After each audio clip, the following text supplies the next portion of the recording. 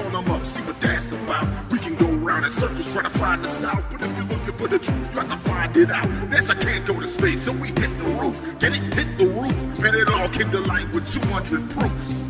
Now I'm just really sick of people lying to me. So when I tell the truth, don't come crying to me. Pick up the phone, get on the line with me. Line with me. Who you gonna call? Who you gonna call?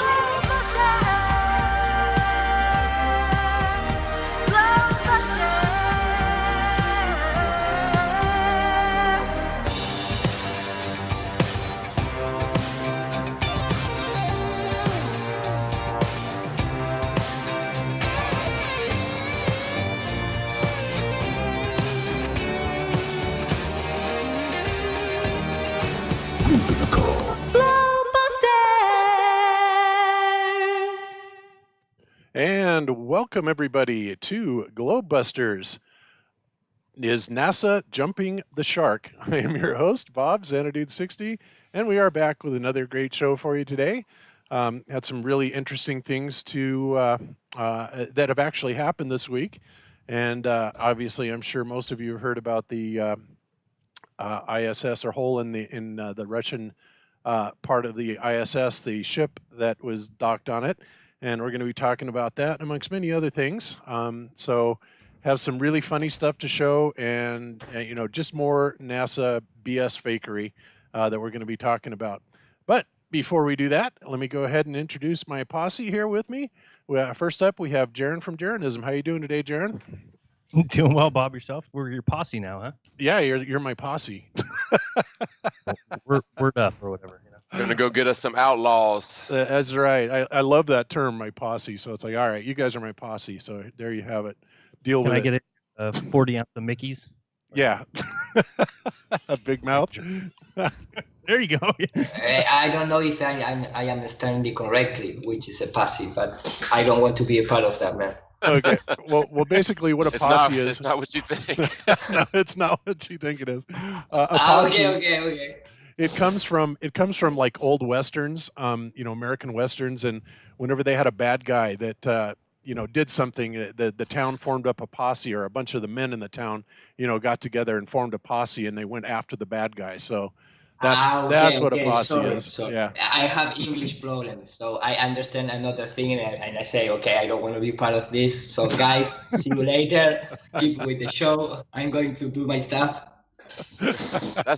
English is such a bizarre language. Just one small change of a vowel in a word, and it's a completely different meaning. Okay. I'm staying. That's true, and there's an E after the SS instead of a Y, so it's a little different. Well, it's spoken. I was thinking about this the other day. Like spoken English, I don't know. It's weird. Like I don't know. Like if you say I know something, KNOW is spoken the same as no, like as in negative. So I could just see that there's lots of stuff like that in the English language where somebody that's learning it as a second language would be very confused. Like I don't know. Yeah, it's ridiculous. Read and read, like same spelling, but could mean totally. In fact, weak is like weak is something like when you feel bad, and weekend. Right. You're gonna end weak after the whole complete days. Absorbing your energy or things like that. In English, there are a lot of biocodifications words. In Spanish also. In Spanish, it's a very huge language to drop some spell on the words. Yep, absolutely true. Okay, so anyway, all right, well, we kind of got the introductions out anyway, but we do have Morgile and Iru with us, so say hi, Morgile, and then we totally hijacked Jaron's introduction. Sorry, brother. It's all right. It was exciting. Yeah, sorry, man. Hello, everyone. I just noticed I'm wearing an orange short on the intro thing, so I guess that orange means 33 or something. Yeah, something like that. Or you're a Broncos fan. Is there any blue in there? Right. No, it's just funny because orange isn't really my color, but I like who wears an orange shirt, right? And of course, I had two of them a long time ago. So yeah, no, orange is 33. So I guess I'm gonna catch flack for that, right? I literally just noticed that. I'm like, oh my god, Russian Viz is gonna have a field day. It's a good thing you're not on camera. Or feeding goats. That'd be a problem too. Yeah, for sure. And Iru, how are things down under in Argentina? Perfect, perfect. Here we start to have the nice weather, but still it's cold. We're talking off air that in a few days, couple of days, 20 days maybe from now, we are going to launch the weather balloon that supposedly we must be launched on March. But you know, guys, what happened. So, but finally the days come. So I hope we can launch the balloon. And this time we're gonna use three GoPro bodies, but one only with the fisheye lens and the other two with rectilinear lenses. And one of those, maybe we can put some infrared filter after seeing the information from the plane, you know, the guy who filmed up in the air while he's flying to a different place, and he put the camera on the window and film with the infrared filter. So that would be a nice idea to also do it at that high altitude. So when we make the balloon launch, I hope I can present the information here. Yeah, I think that'd be awesome. And for those of you that do not know what happened with Iru's balloon launch, he was originally going to be doing this as a project with the Argentinian division of AMSAT. And basically what AMSAT is they're like the amateur radio satellite, you know, kind of division where, you know, they do satellite, you know, 2-meter rigs and stuff like that. But essentially after Iru announced it, I mean, I think it was the same day, wasn't it, Iru, that you announced it? It was, we announced, you know, it was the same day. Yeah. Yeah, that's what I thought.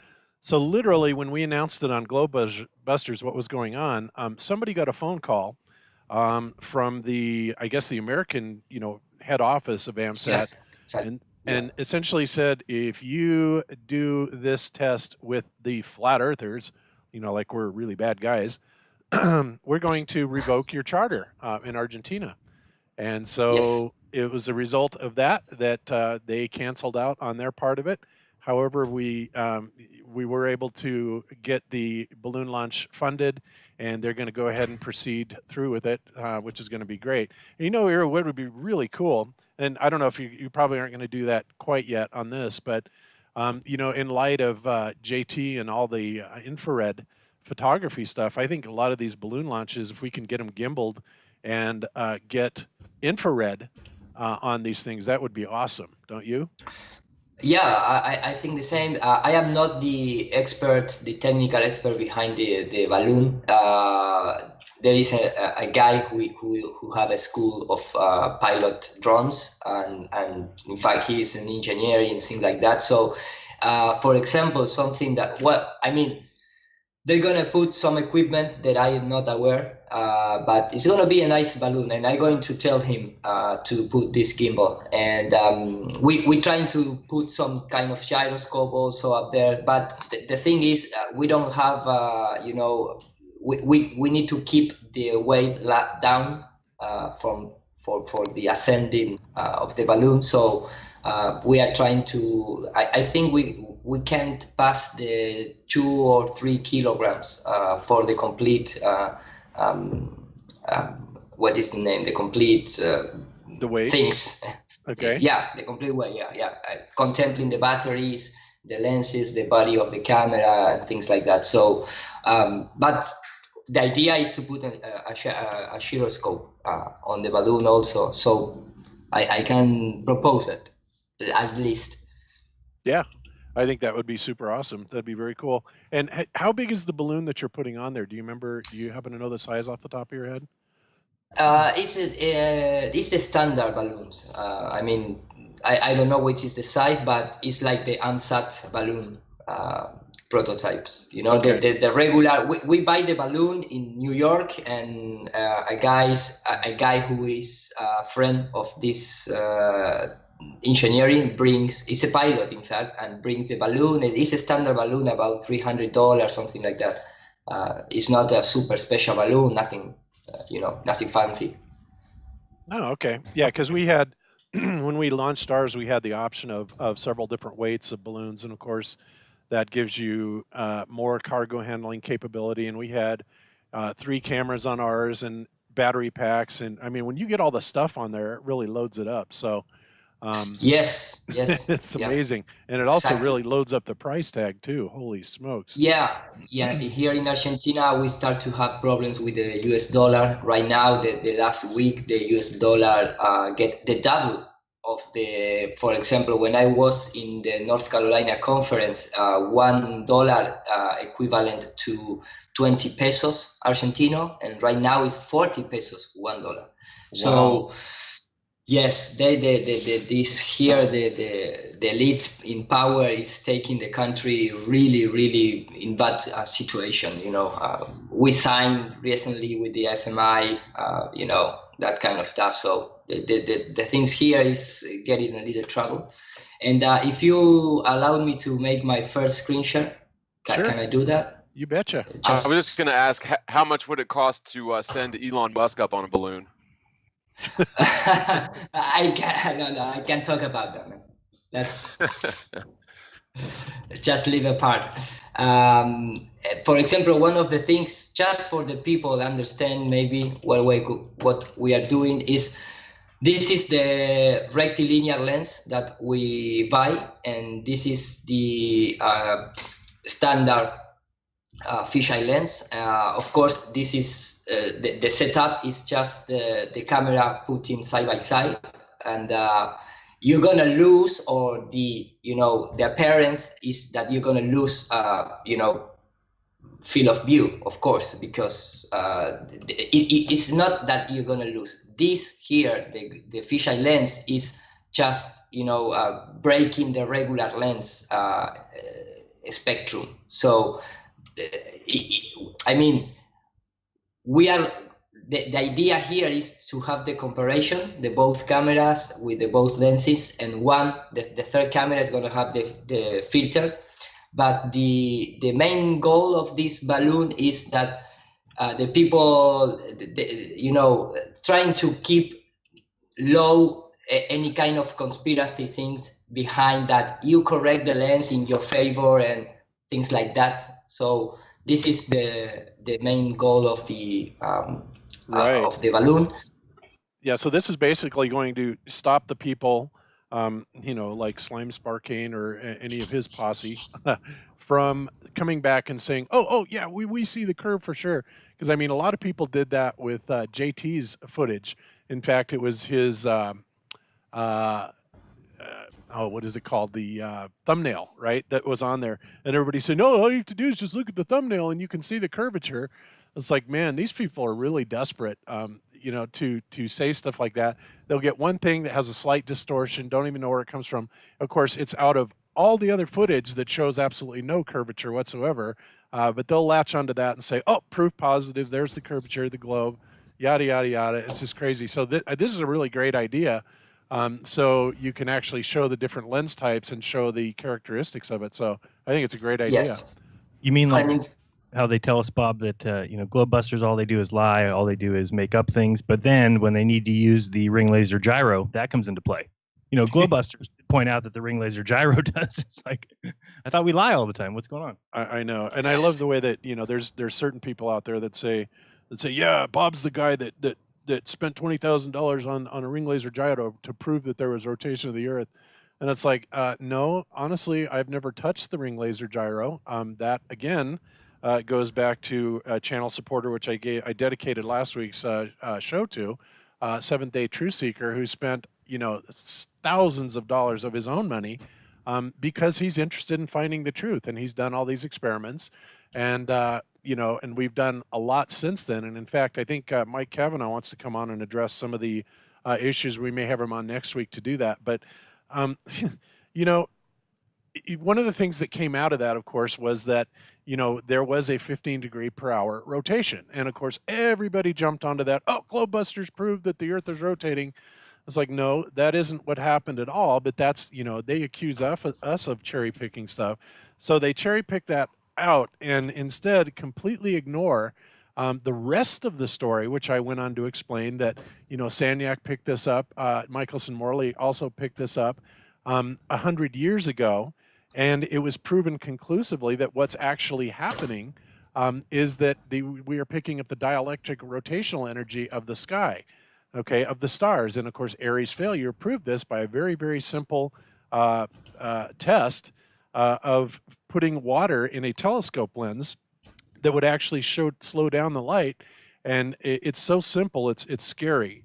But this is something that FE Core is going to be reproducing. But that's what I say. And they accuse us of cherry picking. In fact, another good example of that is Slime Sparkane came on and said, "What are you doing? You're lying about Neil deGrasse Tyson."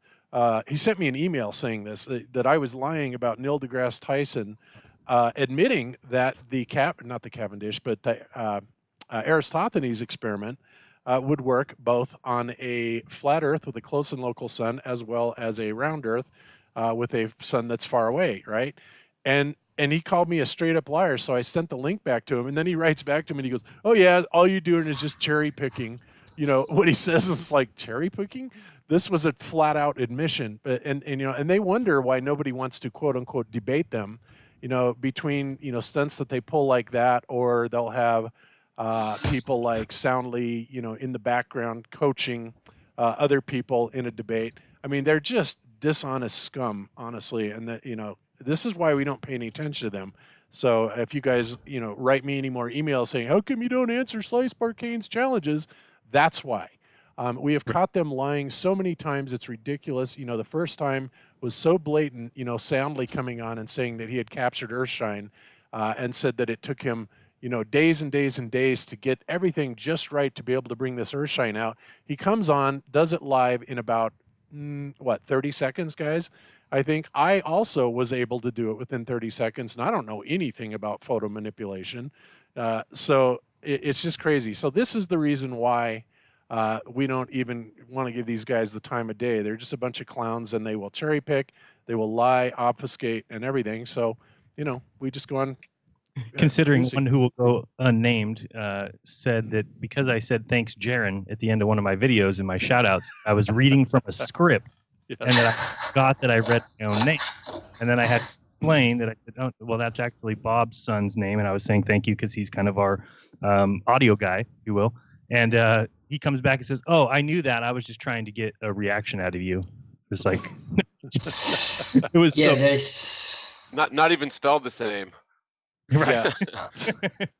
And the other thing, changing the subject. Sorry for the okay, no problem. I because real quick. I start detecting the show is going to the trash, man. Stop talking about Slave Arcane and things like that. We have a great show for everyone today. That's right. I read a college paper that recreated the Eratosthenes experiment, and they even they did it and did the extrapolations assuming a flat Earth or a sphere Earth. But in that paper, the doctor or whoever was responsible for writing up the report of it said, we can assume that it's a flat Earth with a local sun, but basically, says that that's a stupid assumption, and we know the Earth is round, and so that's why, we use the numbers that we do. But that's just an assumption, and even in that paper, it was made clear that we don't assume that it's a flat Earth with a local sun because of philosophical reasons, because we think that that's stupid, basically, right. And so nobody humors that idea. And so, when I highlight that sort of thing, I'll get responses back from people that say, "See, it says right here that the Earth isn't flat." And, but the thing is that the numbers work either way. And so it's a proof of really nothing other than this philosophical preference or this bent towards a ball Earth with infinite space, right? I think even Vsauce says it, doesn't he, in his video? Oh God, that's terrible though. That video is terrible. Like he gets that whole Yeti dynamic animation where it's like a spinning disc, and why gravity would work on a spinning disc. It's ridiculous. Right. You've already presupposed that the gravity would all pull to the center of said disc rather than just simply pulling down. Right. Because we know that because we know that up and down are, what that concept is on a flat Earth has nothing to do with mass pulling towards the center of anything.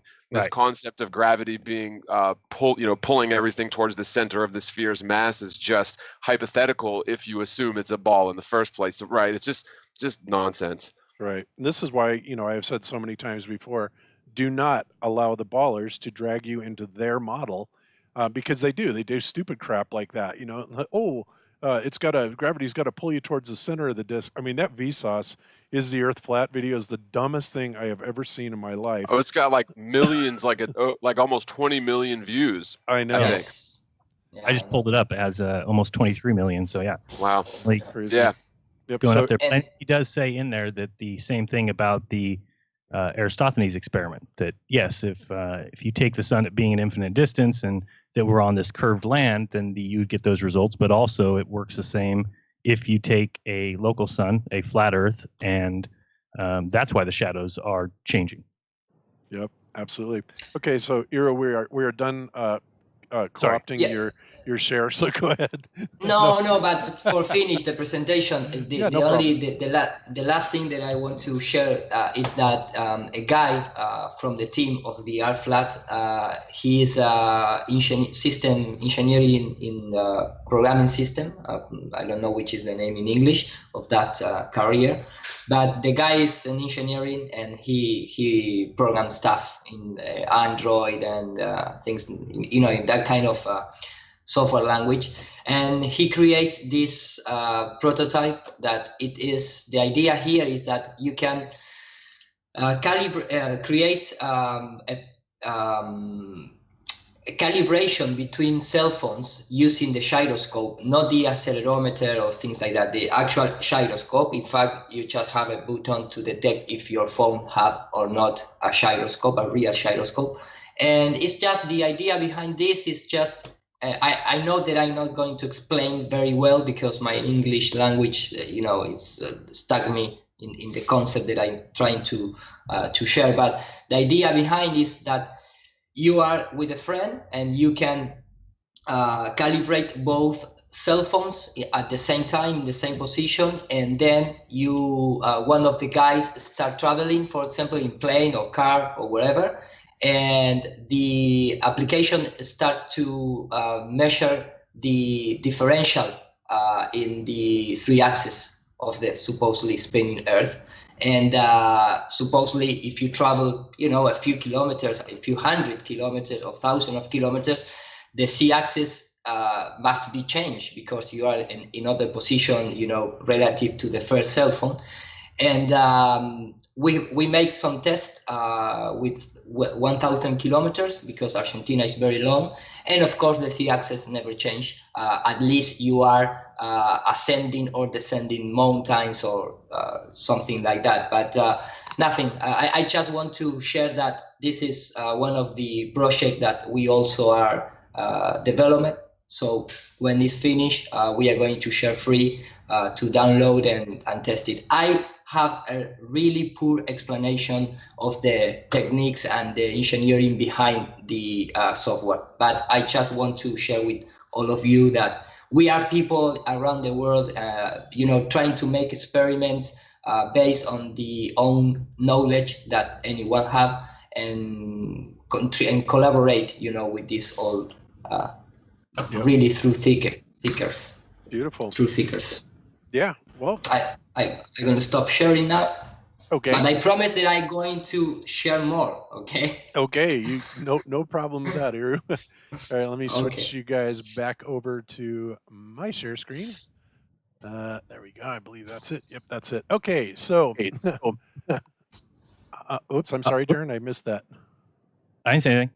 Oh, okay. Weirdness. All right. So anyway, I named the episode today "Jumping the Shark," and some of you may know what that means. Others may not. You probably don't, and it's another Americanism type thing. But what it means, and I'll just go for the Wikipedia definition. Jumping the shark is crossing the point at which something that was once popular no longer warrants the attention it previously received. Particularly when attempts at publicity only serve to highlight its irrelevance. This is especially applicable to the television series or other entertainment outlets. And basically, this was coined as a result of a Happy Days episode where, they had done so many episodes, they just had no idea what even to do anymore, to make the series interesting. And so what they did is they actually had Fonzie, Arthur Fonzarelli, jump over some sharks on water skis, right?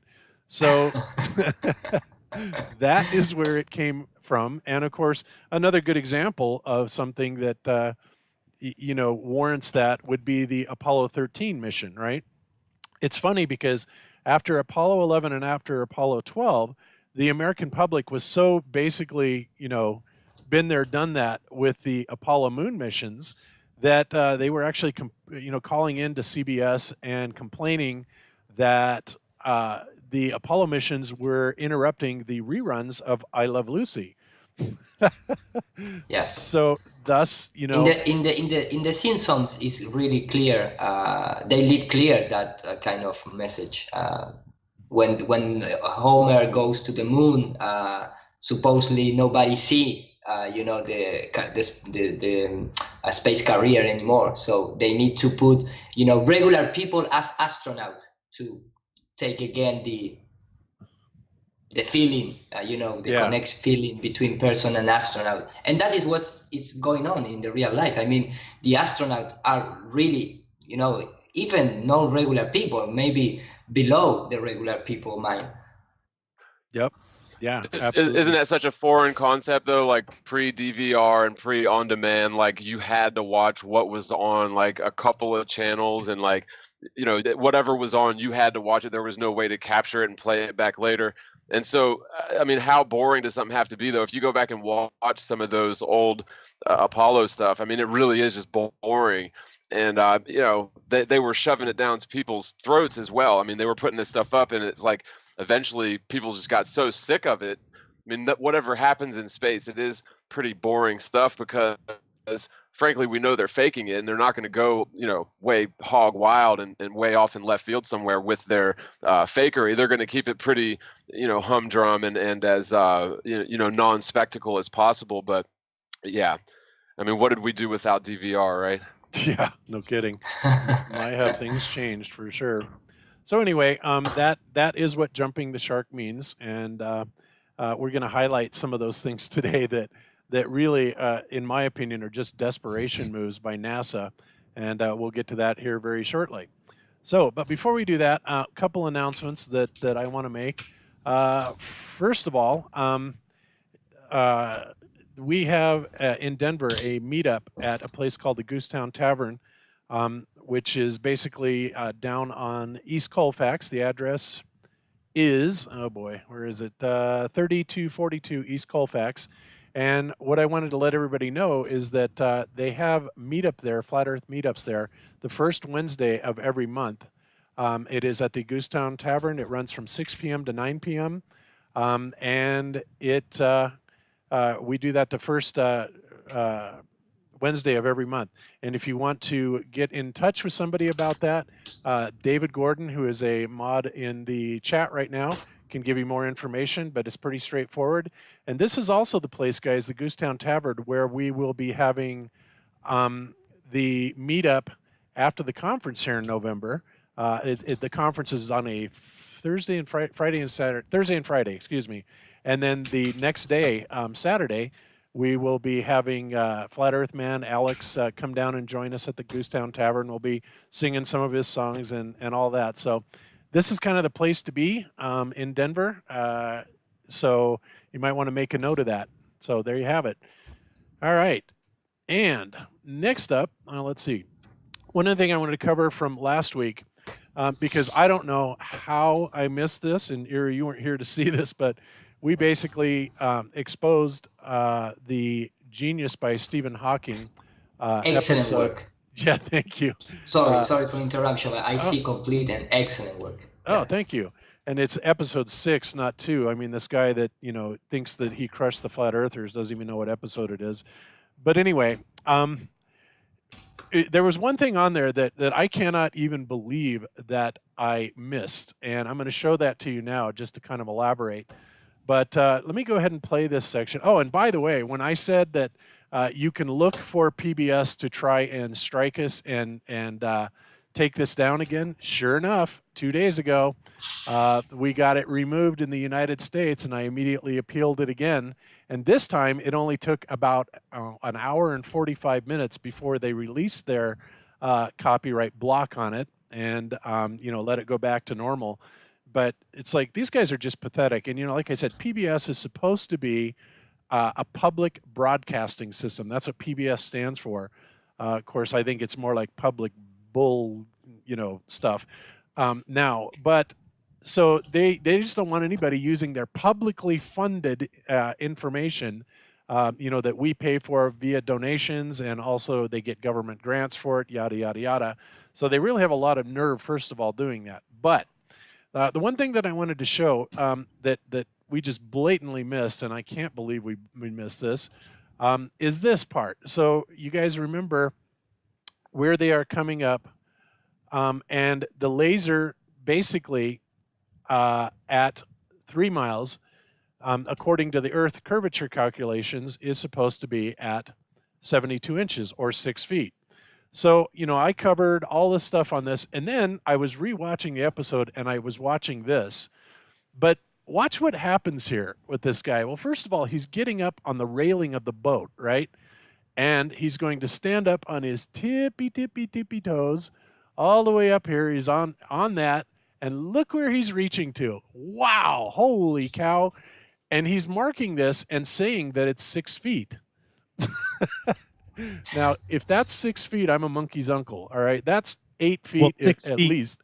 6 feet from the previous dot. Well, no, it should be 6 feet totally. Oh yeah, okay, yeah, I get that. But the previous dot, okay, so it'd be 9 feet, right?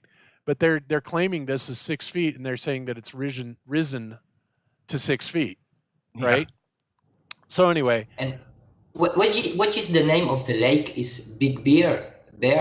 It's called Pyramid Lake in Nevada. Ah, okay. Okay. Ah, okay.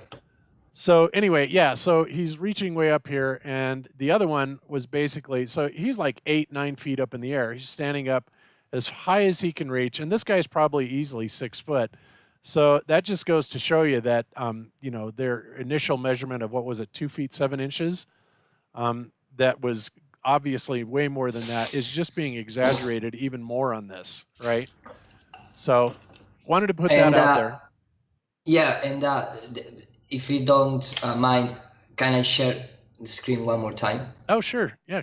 Go ahead. Because it's related. We have a friend who lives in LA that he is a biologist. He's a scientist, but it's not related with astrophysics or engineering, nothing like that. But he's a flat earther. And in January, he make experiments with the same kind of equipment and setup like that you are showing from the Genius episode. And he brings with him like a lawyer to certificate that the equipment that he used, the measurements that he made, and things like that. And he makes the same kind of experiment that Stephen Hawking did in that episode, and he make like a paper, and taking, I'm not going to expand the explanation, but he used all the things that supposedly you can detect the curvature, and he never detect the curvature. He used a laser, things like that. Is the video, it's on YouTube, so then I can give you a link so you can share it. But here you can clearly see that the report says that Dr. Stephen Hawking is wrong. Once we have seen that there is no observable curvature according to the physical experiment in real time, we decide to start a second experiment phase and take the experiment to the next level and sail up to 7 kilometers away, blah, blah, blah, blah. But this guy make all the, the same kind of setups for trying to detect the curvature. And of course, there is no any curvature. This is the notary guy, Thomas R. Cain. So the state of California in San Bernardino. But this is, when you want to, trying to do real experiments and get the hands dirty in this terrain of scientists, you can do these kind of things. And when you start to make your own experiments, you're gonna realize that all the things that show in television is totally crap, Yeah, that's the thing. I mean, when anyone that does these experiments, or anyone who really looks at this objectively, knows that the curvature isn't there. So anybody that's coming back with these results, I mean, clearly they're tilting the angle of the laser to get the results that they want. They're being deceptive, and they're basically flat out lying. Whether or not these people involved with the actual experiment that you see on camera were implicit in that or whatever, but it just goes to show you that you need to do your own experiments, because that isn't science. Just trusting what someone else says and believing what they say without verifying it for yourself, that isn't science. Science is doing the experiments for yourself, and not necessarily believing everything that quote unquote science with a capital S tells you, right? Yeah. Totally. They use astronomical telescope on Celestron, and monoculars with night vision, higher power military laser, the Canon camera, another one which was a Sony just for filming, the behind the scenes. Of course, P900 camera, the Barlow IPs, the boats, they use not the helicopter, but the rest, they use the same thing, the same equipment, or better equipment to detect the curvature, and of course there was non-curvature. Yeah, and where is Big Bear Lake at, Iru? Here say it's maybe could be in the Southern California. Yeah, I just looked it up. Okay, interesting. All right. Okay, guys, I stopped sharing. Okay, no worries. But nice episode of Globebuster. Yeah, I see completed. Yep, and so I guess Jaren, obviously, my overlook wasn't that big of a deal, because you're right. It was 6 foot over the original alleged 2 foot 7 inch mark. That was really clearly easily 3 foot, if not more. But so anyway, just thanks for that, Jaren. No worries. That's okay. That just means that I really didn't blow it so bad last week. So that's great to hear. All right. So let me get you guys back over on the same screen. And there we go. All right. So, all right. And there we go. All right. So here is something that's really super interesting. And I'm sure many of you have heard about this week. But we had actually several papers come out with this. This one in particular is from The Sun, and it says, "Nail biter. Astronaut plugs leak in the International Space Station with his finger after a meteorite crash caused the hole." Wow. Okay. So then they say astronauts scrambled to patch the hole in a Russian capsule that was allowing air to leak, right? And they show all this, and then we go into the story. And it says, European Space Agency astronaut Alexander Gers, and let me blow this up a little bit in case you guys want to read along with me, reportedly put his finger over the hole initially before crew patched it with tape. Now, that's interesting because there are a few different variations on this story, and I'm going to have Iru cover one of them that he was talking about. But it says the leak was detected on Wednesday night, possibly from a micrometeor strike, when it caused a small drop in cabin pressure. Well, first of all, possibly from a micrometeor strike. What else would be going around punching holes in the ISS or the modules associated with it? So I think that's probably a certainty. Well, it's not a certainty because this whole thing is fabricated BS anyway, but that's what it would most likely be. So it says it was traced to a hole about 2 millimeters across in a capsule docked at the space station. During a live feed from the ISS, NASA's ground control were heard to comment, "Right now, Alex has got his finger on that hole, and I don't think that's the best remedy for it." But that kind of procurement. You got a new job title, Alex. Yeah, even in Argentina, we made that kind of repair situation. We are a third-party country, but we use tools to repair things. We don't use the finger. You don't have the brains that we do, obviously. No, it's absolutely ridiculous. And and this makes me think about the old Dutch story, the little Dutch boy, that was called, it's the finger in the dike metaphor. And basically what this story is about, and NASA always does things, that are symbolic. So I'm not exactly sure, if this is what they were trying to say or not, but there's a story about a little Dutch boy who allegedly saved his entire town by putting his finger in a hole in the levee, right? And he stayed there all night long, with his finger in the levee. And by the time the morning came around, all the adults came in and they were, praising him because he had saved the town by putting his finger in the levee, which of course is just silly. Isn't right? I mean, isn't a spacecraft in the vacuum of space a little bit different than a dike? I mean, come on. That's first of all, it's ridiculous because I mean, it doesn't matter how big the hole is. You're talking about a severe, powerful vacuum at the levels that the ISS is allegedly at. I mean, they're supposedly orbiting around up there. That's their claim, that they're in this superior vacuum to anything we can reproduce here. And even a tiny hole like that would be like the worst thing that could ever happen in space. And apparently, we haven't got there yet, but apparently they let them finish sleeping through the night before they even did anything about it. Yeah.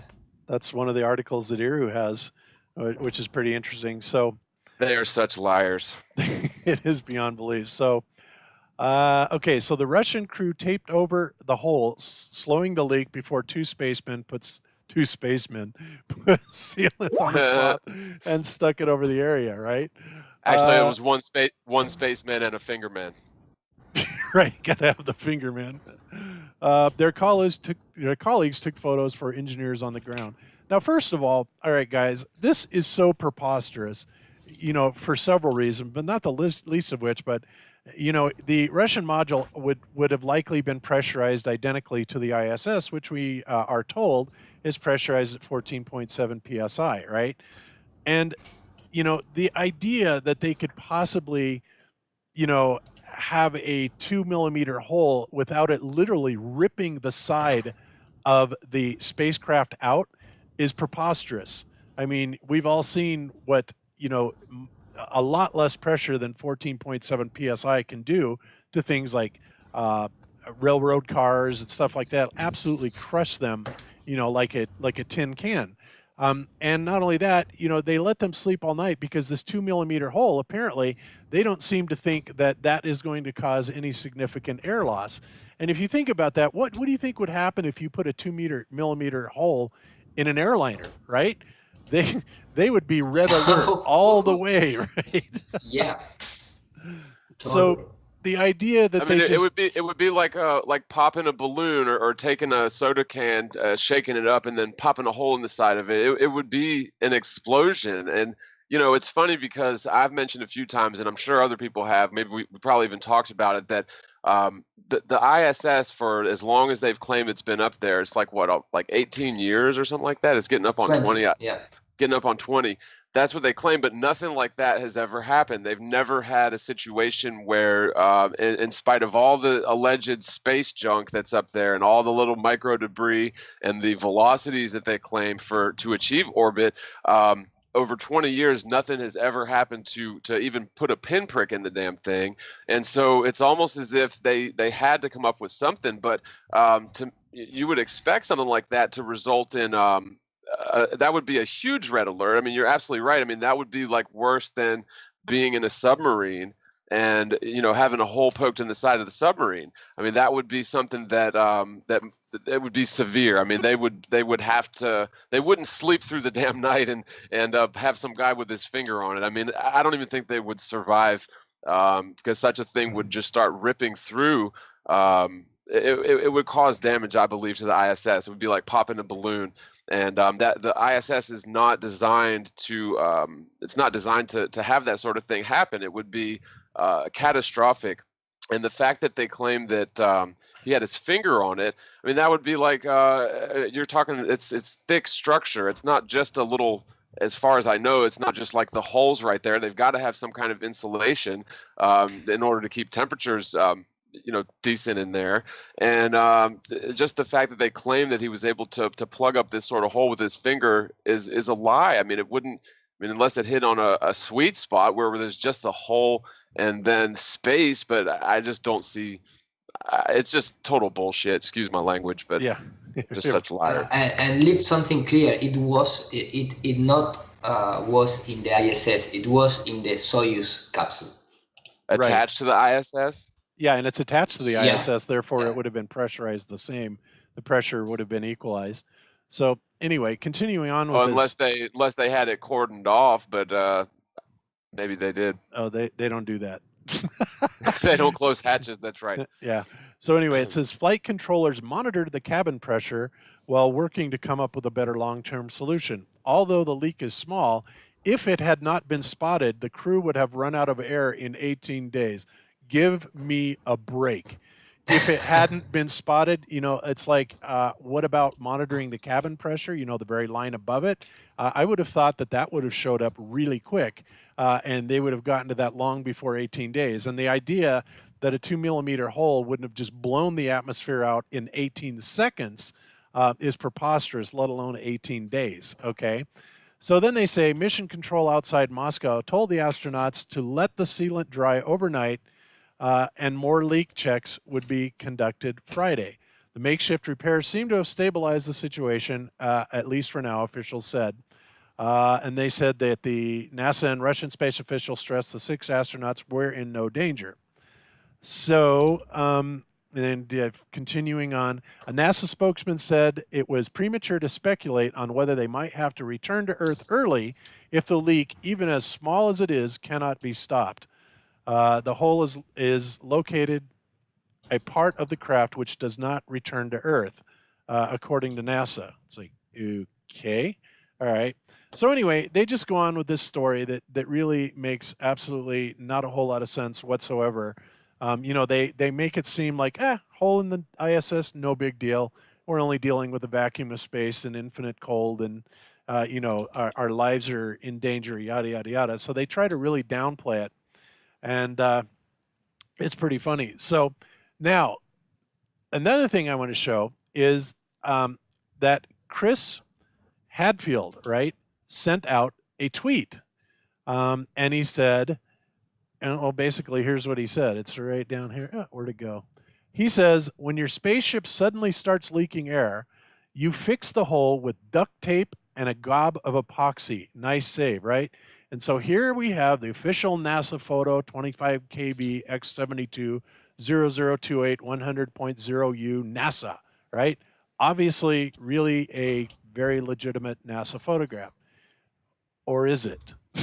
All right, so now I'm going to play a video by Karen B., who covered this expertly. And you guys try not to laugh because this is over the top ridiculous. But go ahead and check this out, guys. Here we go.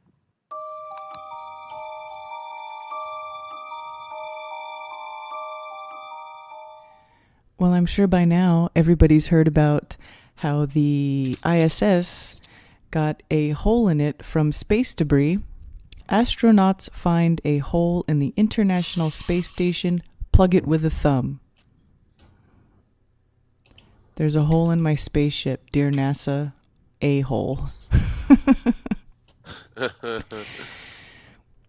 So they say they found a leak in the ISS as a result of a 2 millimeter hole in the orbital compartment of the Soyuz. And they say an astronaut plugged it with their finger. And here's a picture of that hole.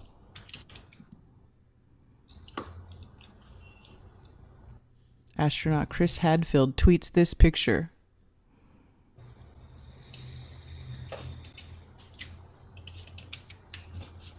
Unbelievable, right?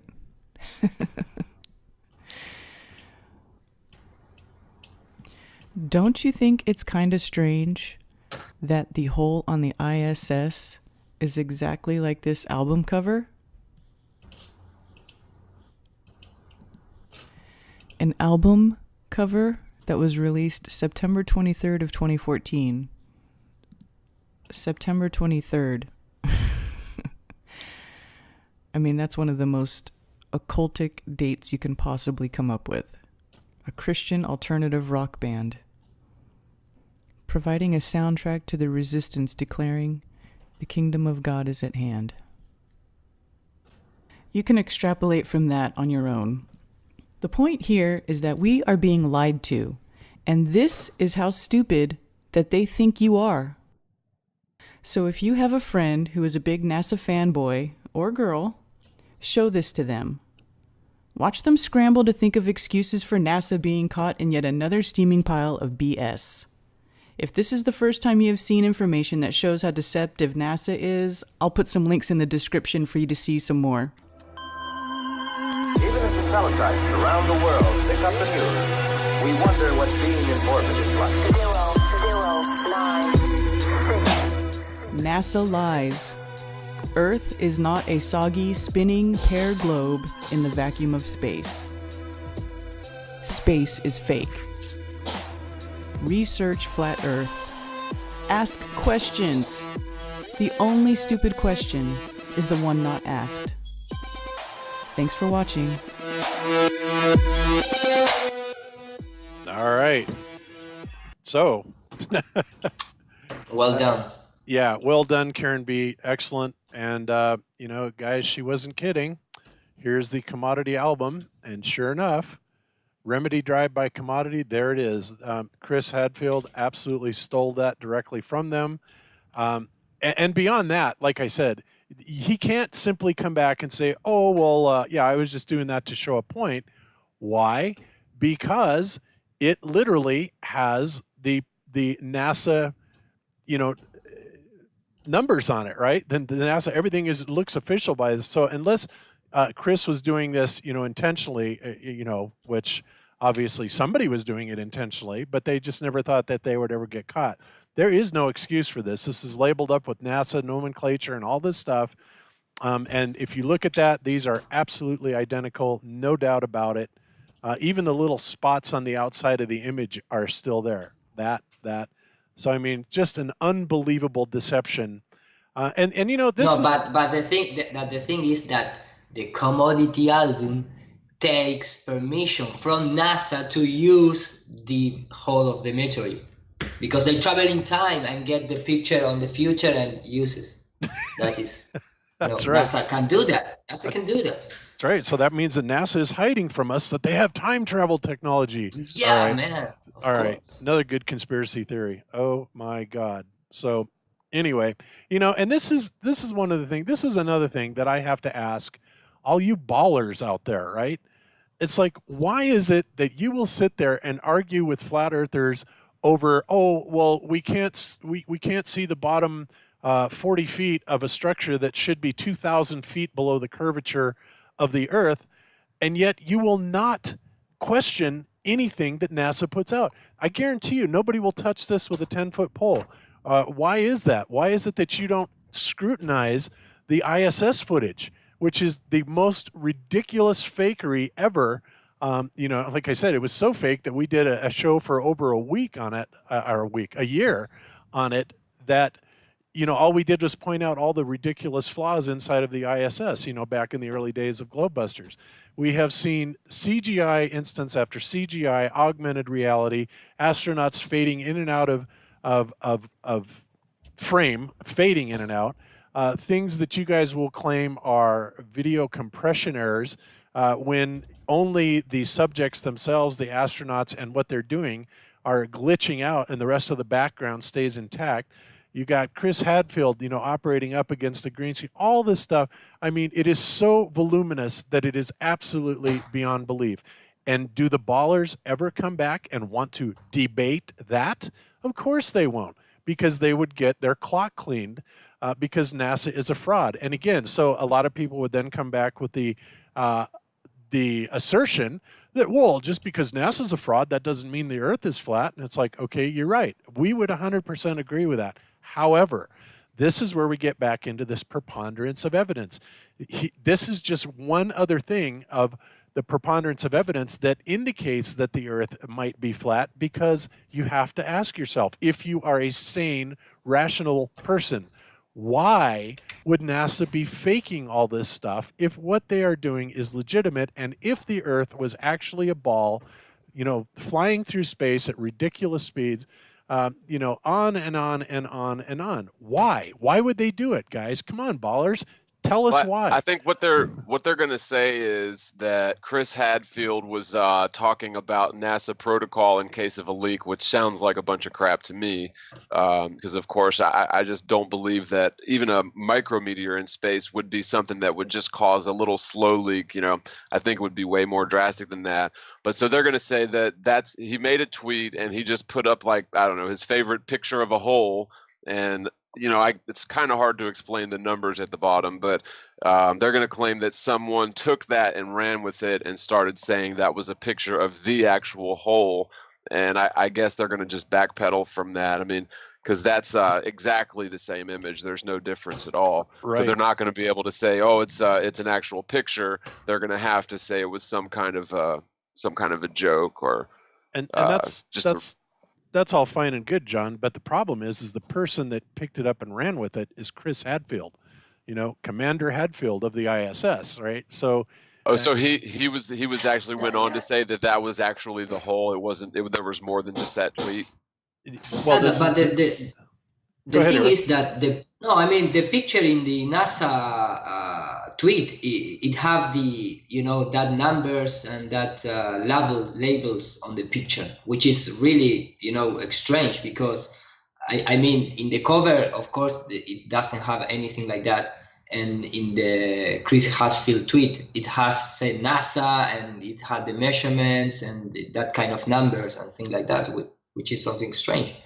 So maybe he just didn't know that someone would realize that was the image from an album cover. Maybe he figured it was so obscure. Yeah, he's a musician, and he's related with the musical industry. Yeah, he's an actor. So any way you look at it, there is no rebuttal that NASA can possibly come back with, or if they do, I'm dying to see it, right?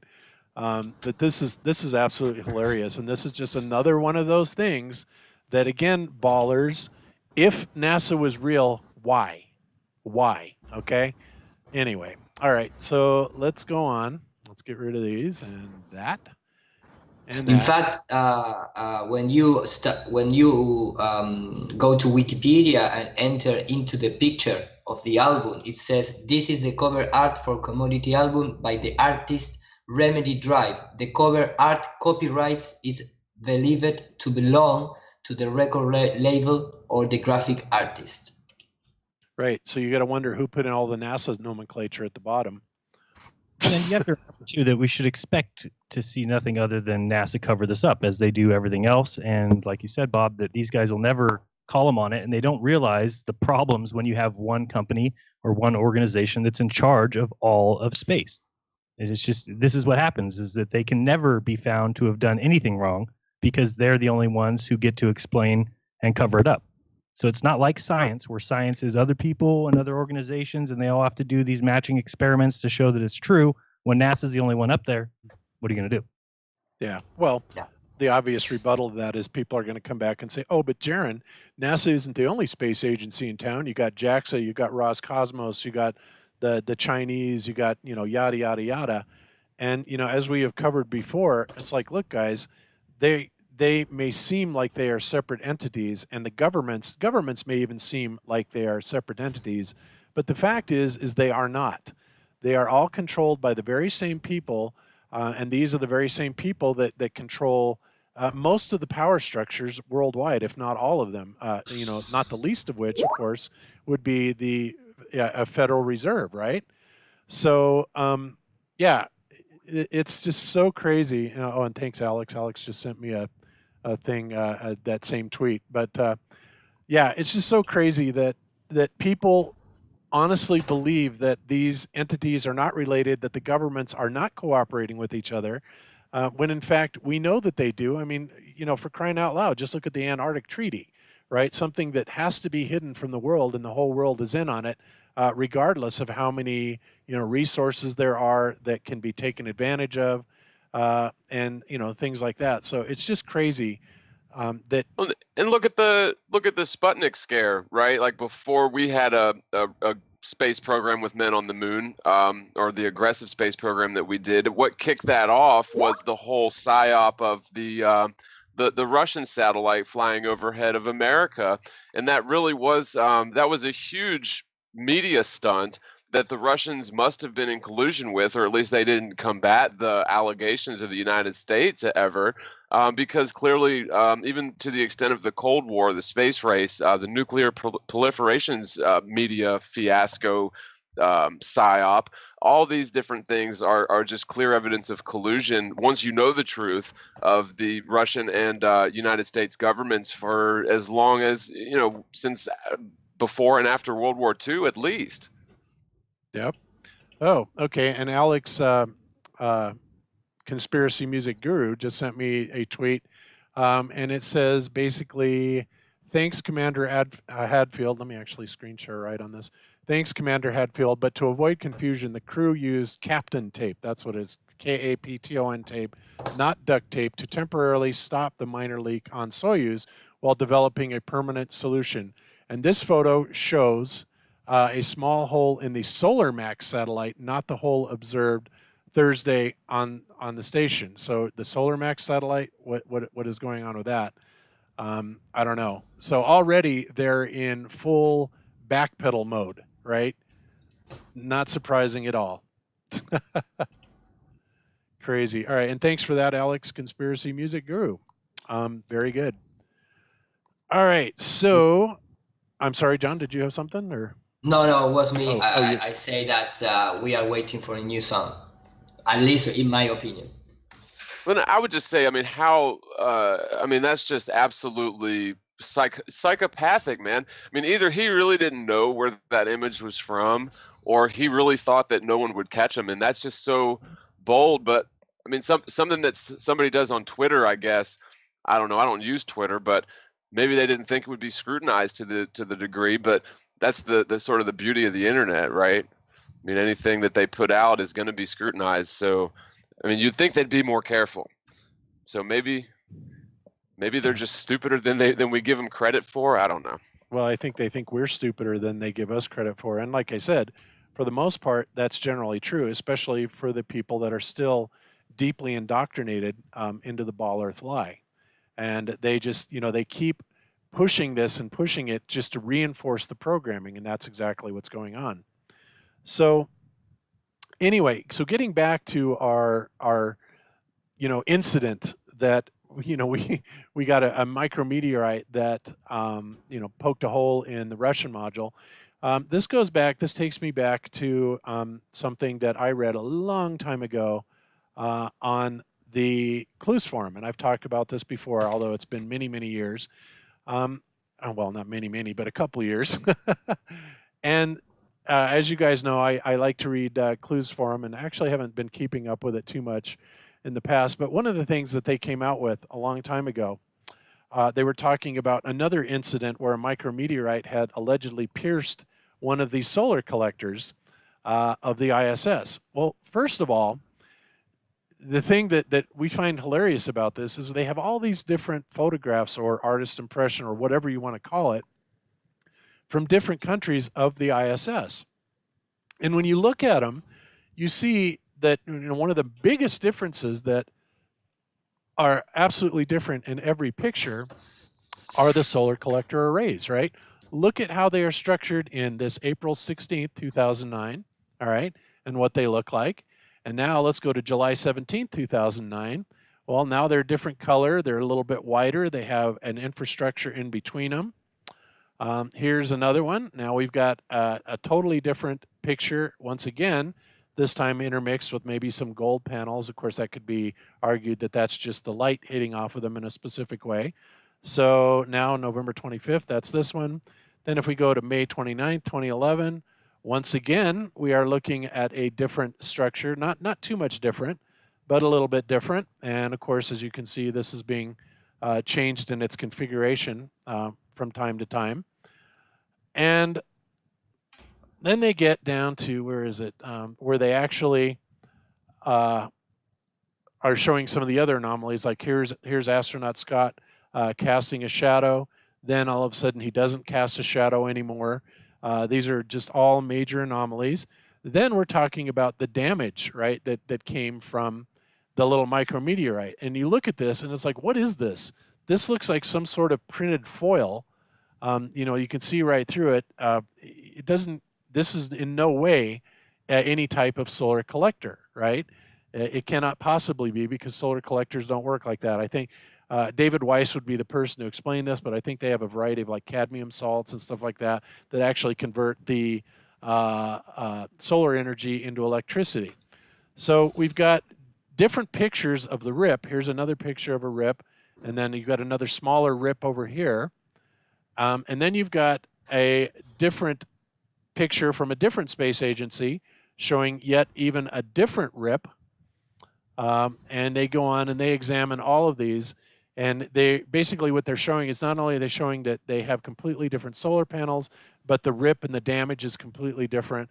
And this is really, comical. It really is. And all of these come from different space agencies that are supposedly part of the ISS, right?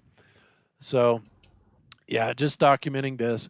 And then another thing that I thought was pretty funny also is this particular one where they're talking about the photography that is going on the ISS, right? Well, this is pretty funny because, we talked about this, I don't know, several months back about the time lapse of the stars that was being shot from the ISS. And they've got these perfectly rotational stars. And I should have this up, but I don't. But if you guys remember, they had these beautiful time lapses, and it looks like something that was taken from the ground. And obviously the objection that we had from this is these were supposedly time-lapse photographs of the stars that were taken going 17,500 miles an hour in space. And it's like, how did they get such perfect star patterns without the whole thing being a blurred mess?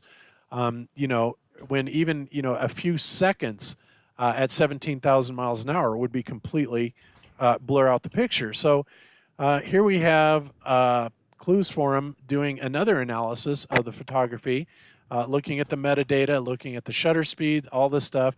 And once again, going at 17,000 miles an hour for, somewhat time-lapse photography, not really time-lapse, but a fairly slow shutter speed, because they've got to capture the light and allow it to income. And look at this clarity of these pictures, right? Absolutely perfectly crystal clear, looking straight down on the Earth, and no blurring whatsoever, even though they're going 17,500 miles an hour. No discernible blur, down to a 15th of a second exposure time. Whoops. Well, here's another thing too. I'm just reading a article from NASA.gov.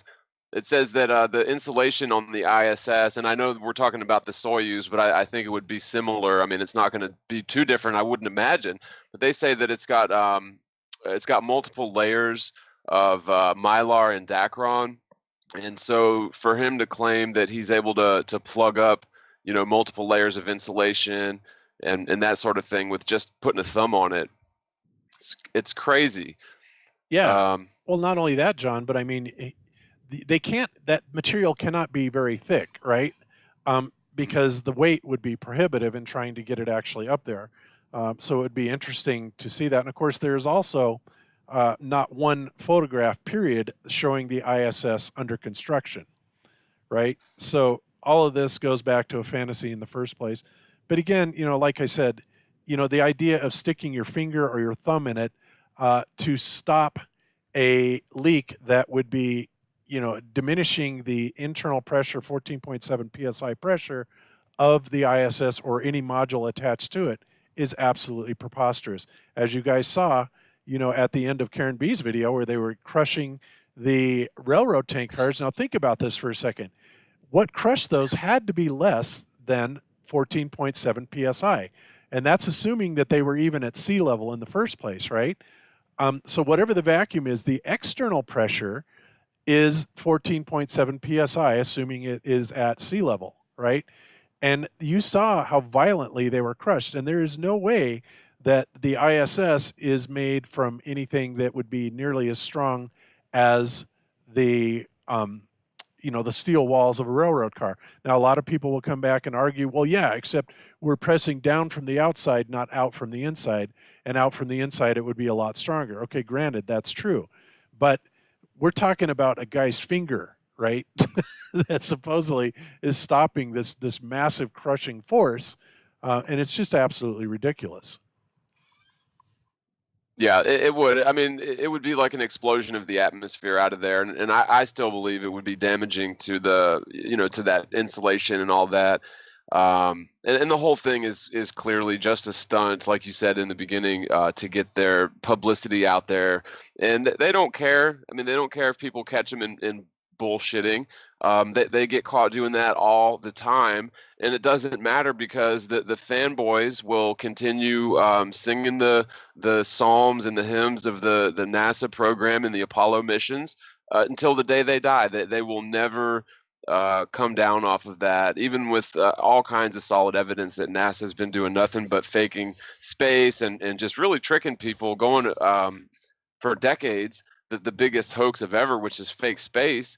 And they just don't care. They're never gonna consider that is even possible, and that's what we're up against, is just blind ignorance, calling itself science. Yep. And can I share screen? Sure. Okay. Let me know if you are looking my screen now. Yep, we see it. Oh, okay. For example, I'm gonna keep the sound mute. For example, about the stars and things like that, even in the official channel of NASA, they say like this kind of compositive images when the stars start to appear, they are not making it. This is like an artist, which it has a name. Of course, we are not going to see the cloud morphing or the city lights maybe blinking a little bit or things like that. But all this kind of thing that if you start to look it, you're gonna see like there is a stars in the dark side of the Earth. Like it was something like a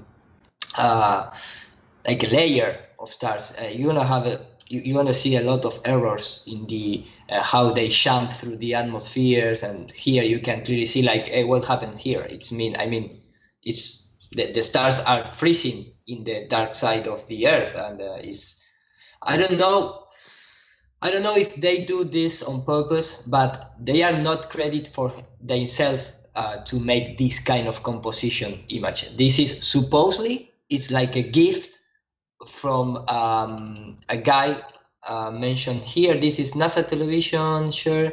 It's an Italian video maker, Giacomo Sardelli, about the International Space Station. But this is, I mean, if NASA put out there videos made from other people, we are not going to take any more into consideration like everything that you see in the NASA channel is made by NASA and it's real images, because they use supposedly, video from others, regular persons out there. That is the first thing that I, start to, anytime that someone show you this kind of, no, look, the stars in the NASA images or NASA video from the ISS, there is the stars. No, man. How do you know that? Because they use a video from other guys. And that is why maybe on purpose they leave that kind of errors, because this is not any kind of explanation. I mean, why these all tiny white points like being layered on top of the video from the ISS, I mean, right. It doesn't have any kind of real situation. And I want to show one more thing. Okay, I was just going to comment on that. And the amazing thing about this footage, Iru, is in the over a year that we did the ISS live feed on, I think, Tuesday nights, we never saw anything from the dark side of the moon. As far as the only thing that ever even remotely showed was occasionally you would see the moon set. And even the moon would set and then it would rise and then it would set again. And this was directly taken from the ISS. Do you remember that, Jaron, when we saw that? Yep. It's absolutely crazy. But never have we seen a light on the ground. Never did we ever see stars in the background. And yet they will come back with their processed images and say, "Yep, this is what they're getting from the ISS." It's like, really? It's just amazing that their camera, can't see that. And then, of course, the Bala response to that is, well, that's because the aperture isn't open wide enough for them to see. It's like, wow, that's incredible. So NASA, with their $52 million a day, can't even buy a camera that auto-adjusts the aperture, even though they've been around since, what, the 60s or later? It's preposterous. Yeah, I mean, you never. Oh, go ahead. I was just going to say, have you seen the ability of night vision cameras now at this point? I mean, there's no reason why even a camera that costs $1,000 could be awesome up there, showing us the night side, and you just have it switch back and forth between day and night, but they act like that's impossible. Yeah. No, it's... And, talking about the concept of jumping the shark, of course, this is not the first time that it was happening to NASA, but something that I really like to look in, all the old videos from the NASA channel. And if you go to the NASA or the official channel and you go down to the top down to the end of the list of video, the first videos that NASA upload to its channel, it was this, which was published in the 2 of December of 2011. And it's a short video, but look what they talk about. Let me know if you can hear the audio. I don't hear anything so far, Eru. Okay. Let me reshare the. Change your volume settings, okay? Okay, I'm restart sharing, and let me know if you are hearing the audio. To kind of share yes, we hear it. With as many people. Okay, two things. At the beginning of the video, maybe I get confused because my English is not so good, but I think they say you are attached to strings. Let me know if that is the words. International Space Station. Absolutely no strings attached to Mike. Oh no, he said no strings attached. That's a figure of speech. It means like without any without any agreements, without any responsibilities. You make a deal with somebody, they'll say no strings attached. That means it's for free, basically. Okay, I understand that, but it's a little strange because when you start looking further in the video, at one moment, we do get the news. I can't remember if it's 2 minutes or 4 minutes, but let me please give me 2 minutes. Okay. So we missed out on that tidbit that the space program was over because, I don't know how we got up here and how we're getting back. So we're doing a lot up here. We've got this amazing complex that we built called the International Space Station. We being the 15 nations of the International Space Station Partnership, and we are conducting experiments in a whole wide range of areas that we really believe are going to make a difference and improve life on Earth. Is there anything you can do to prove to us right now that you're actually in space? I mean, can you hear that? We hear it. I was just noticing their fake necklaces. They're the CGI. Yeah, but I mean, the first video that NASA uploaded to his channel, it was to prove that they are actually in space. We're going to make a difference and improve Is life there anything on you can Earth. do to prove to us right now that you're actually in space? I mean, do some kind of floaty astronaut trick or something for us? Yeah. So. Yeah, that's the proof. There's absolutely no strings attached to Mike, as far as I know. And there you have the word. There is no strings attached to Mike. But that is not the complete thing. To warn the kids. Let me. There's absolutely no strings attached to Mike, as far as I know. And in this case, Eru, no strings attached doesn't mean for free. It means that there's no cable wires on him, which is a blatant lie. Exactly. and let finish the video. I'm going to get surprised about the concept of jumping the shark.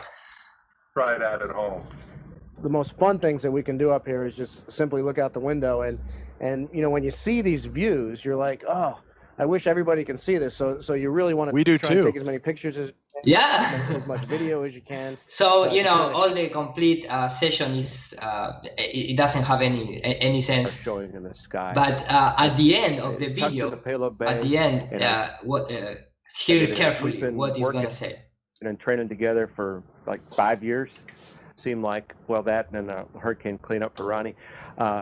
He started training, and a few months later, I jumped in. It's coming up. And the fact that he was in the line was that's one of the big reasons I decided to go for it and just enjoy the ride together again. So it is, when you're living like this, you become like family. We're about out of time here. We got just about 30 seconds left of KU. We really appreciate you spending time with us at, cutting into your pre-sleep It's coming. time. So in the last couple seconds, though, you've done a great job of describing things. We obviously have people in space. The space program is by no means over. Can you just finish us up with some more astronaut tricks to prove again that you are actually in space? This is not a farce. Have you lost some weight? What? Look at that. That looks like such CGI. I mean, green screen. Doesn't look like chroma key, like they're in front of a green screen, or is it just me? Completely. No, but completely. And the guy, this is this asshole, asking like, okay, the people out there say that NASA and the space program is over, but we are, we are making great stuff. So please make again something to really show us that you are in space. So the last couple seconds, though, you did a great job of describing things. We obviously have people in space. The space program is Obviously. by no means over. Just finish us up with some more astronaut tricks to prove again that you are actually in space. This is not a farce. Have you lost some weight? You see, look at that. No, this is, I mean, that was the first NASA video uploading to YouTube. Thanks, Mike. Thanks, Ron. Ron, And we'll you know see what? soon. Hori Sheet Show can do this on his channel instantly. It's not even. It is. This is so consumer grade. It's ridiculous, and it proves nothing. Exactly. Nothing at all. And the Sherman guy, which supposedly, and this is official, of course, video, he likes a little bit to show his powerful muscles with the tattoo of the the eyes of Horus. So, just little things that maybe the Glovers out there, maybe they don't consider, things like that. Yeah, there goes the shaving gel all over the place. It doesn't matter. Yeah, doesn't matter Unbelievable. because you have the eye of Horus is going to evaporize everything in space. So I stopped sharing. Okay, no problem. Wow. All right, so let's go ahead and put you back over to the correct screen here. All right, there we go. All right. So this is so preposterous. Oh, what can you do to show us that you're really in space? It's like, yikes, caramba. It's so bad, Hero. Anyway, so getting back to things hitting, the ISS and all this stuff, there's an article here that was put out by Big Think, and it's interesting because they are cognizant, supposedly, of how much stuff there is up there that can actually cause, either micrometeorite holes or debris from any other thing. And of course, this was kind of highlighted also in the movie Gravity, right, with Sandra Bullock and George Clooney, when supposedly two pieces of space debris hit each other and then started this chain reaction throughout the entire debris field around the Earth. And of course, it's ultimately what ripped up the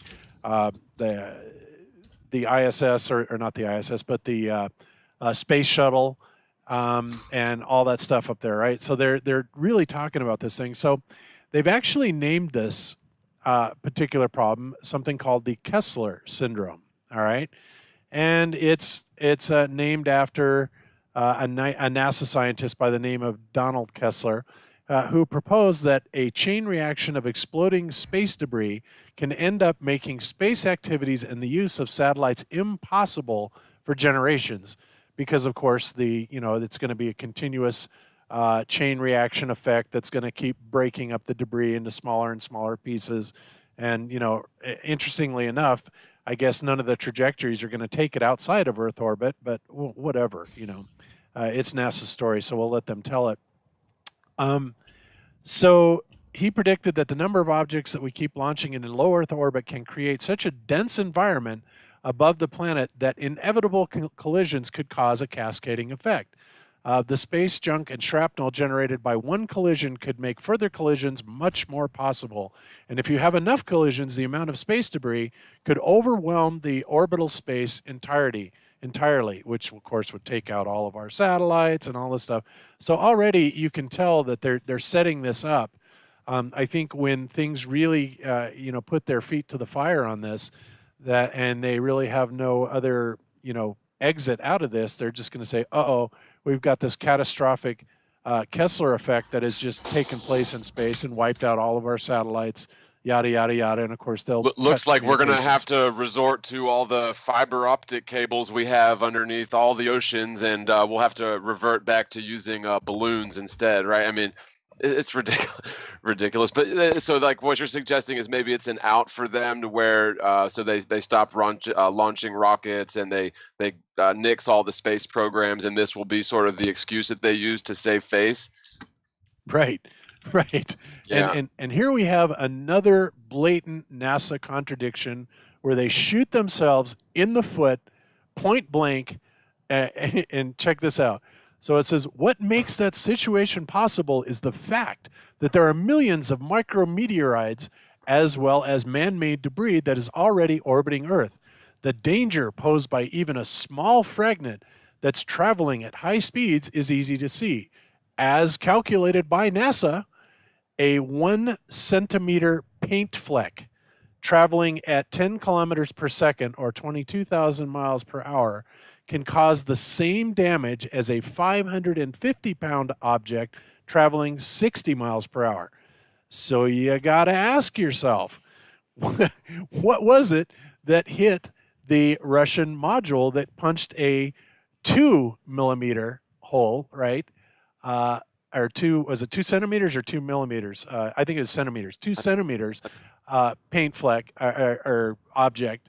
So they're saying that a 1 centimeter paint fleck traveling at a mere 10 kilometers per second. And by the way, this is very slow for that type of debris.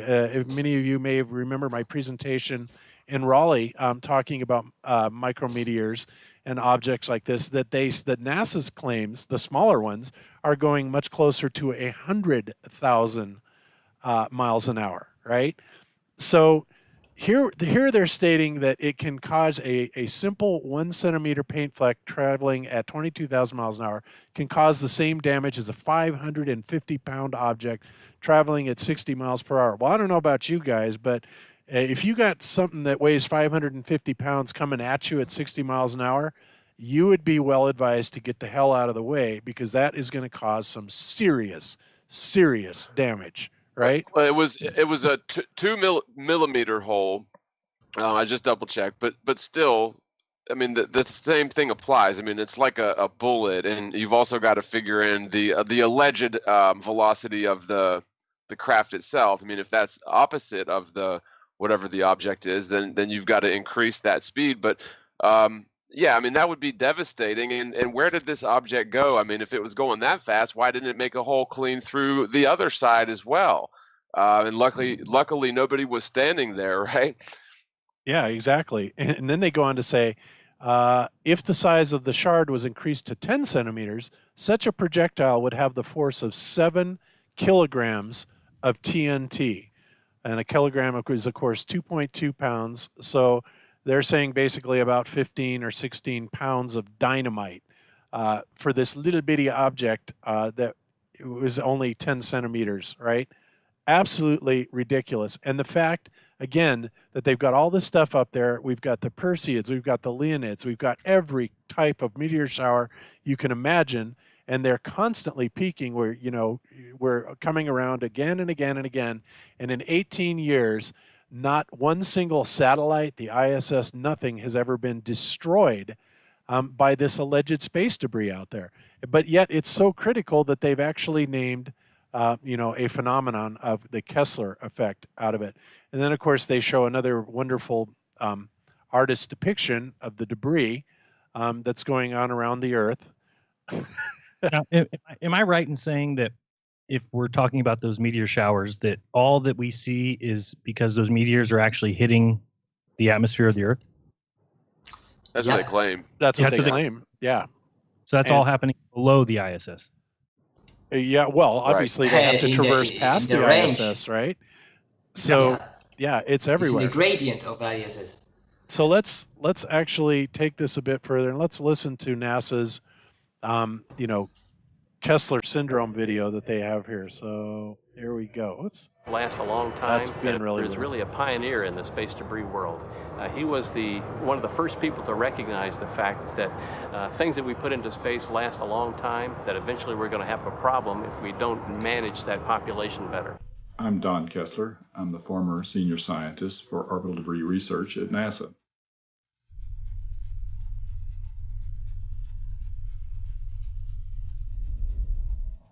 Space is a natural resource like no other.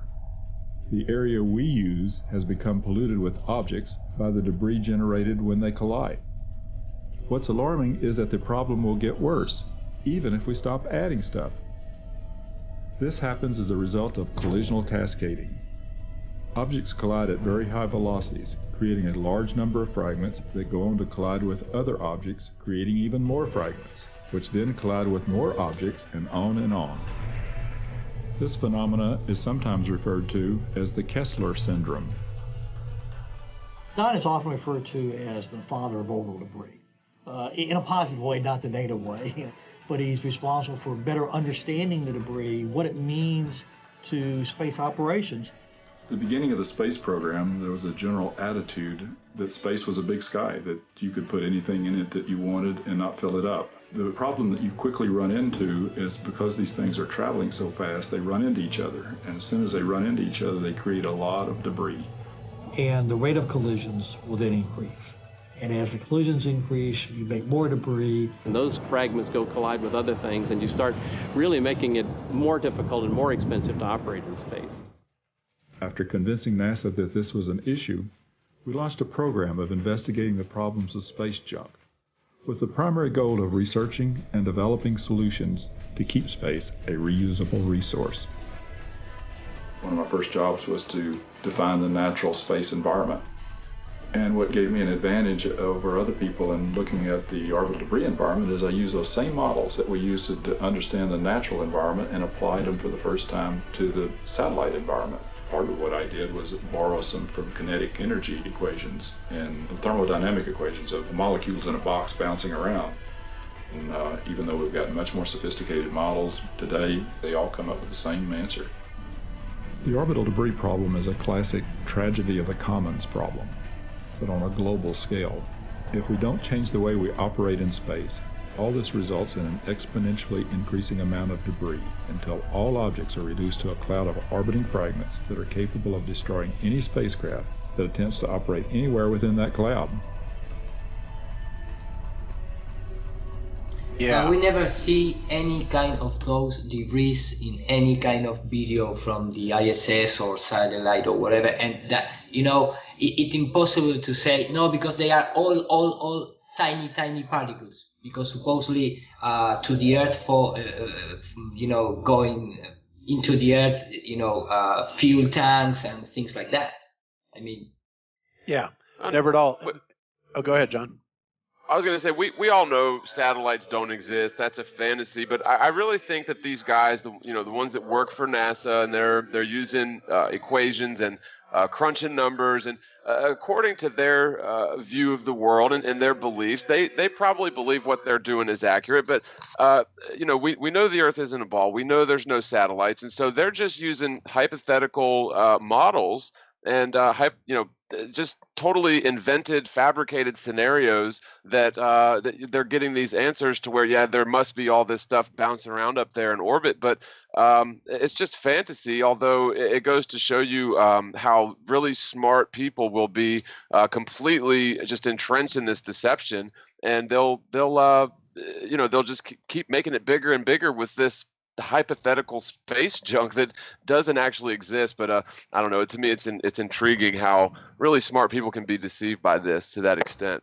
Right. And one of the other things that's really amazing about this, John, is we covered, I don't know, maybe a year and a half ago, something like that, NASA's new little thing that they sent up there that is essentially a little garbage satellite. And what it supposedly does, I wish I could pull this up, but what it does is it's got a camera on the front of it, right? And it's cruising around up there and it's looking for, satellite debris and junk, and then it can scoop it up and then send it somewhere else where it's out of the way, right? And but the thing is it supposedly had a camera on it.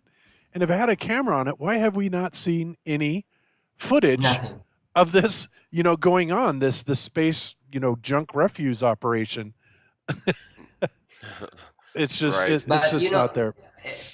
The real thing is like this is go more deeply, because all these theoretical and mathematical situation to try to explain all this debris is not ending there, or at least it's not just that is just the beginning to take money for the solution of that. And you can clearly see, for example, the last week I make a Spanish video about the marketing of the meteorites and space debris.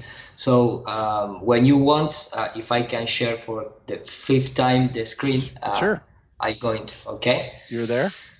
All right, let me just share the screen with sound. And this is for me, I'm not going to go deeply in this explanation because I don't have everything organized as usually I have. So let me just go directly to the meteorites, because for the people out there, they maybe think like this is something just scientific things, we need to solve this kind of, and they, because we are so bombarded to them from this mass media that we used to stop in that part of the problems that bring the debris or the meteorite or things like that. But that are, like masterpiece to manipulate the political environment and the supposedly, planetary protection system, things like that, because every things about the space ended in the Congress for asking for more money.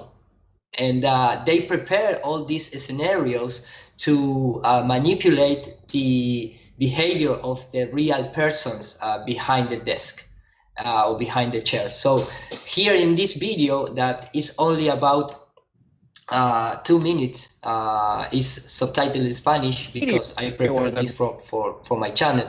But here you can clearly see how they make, all the different steps to put the fear in the people. The people ask for solutions to the congressists or the political guys, and the political guys take, like a session with NASA guys, and they refer to this kind of articles to, give me money to solve that. Because if not, we are going to end all like the dinosaurs happening in that time. That the planet is going to destroy, then the human race is going to be erased. So you can clearly see here in this 2-minute video, and let me know if the audio doesn't play.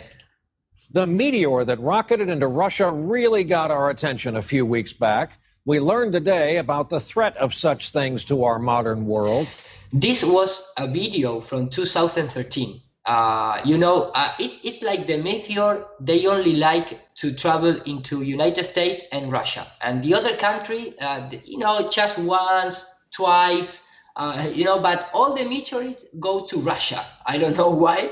But, like the cars, you can see the video from cars because NASA has a lot of satellites, but we always see from the Russian car video camera. So they took this kind of event that you can explain via electrical universe, or you can explain via artificial man-made meteorites, but they took that kind of event and from Russia, and then they sell it to the people in the United States. In the meteor and asteroid tracking business, they call the big ones city killers. And while there was very little good news today about our chances of getting them before they get us, there was some talk about future remedies. Our report tonight from NBC's Stephanie Goss. And remember the words, in the business of the meteorites, they call city killer, because it's a business. Very it's telling. Real, exactly. So.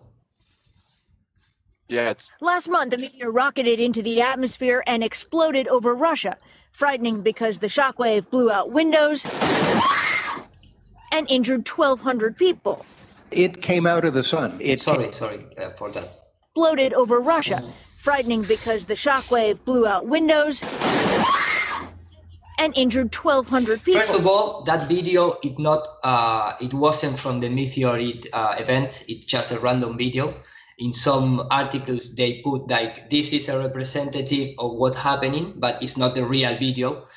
And supposedly in here is 1,200 people.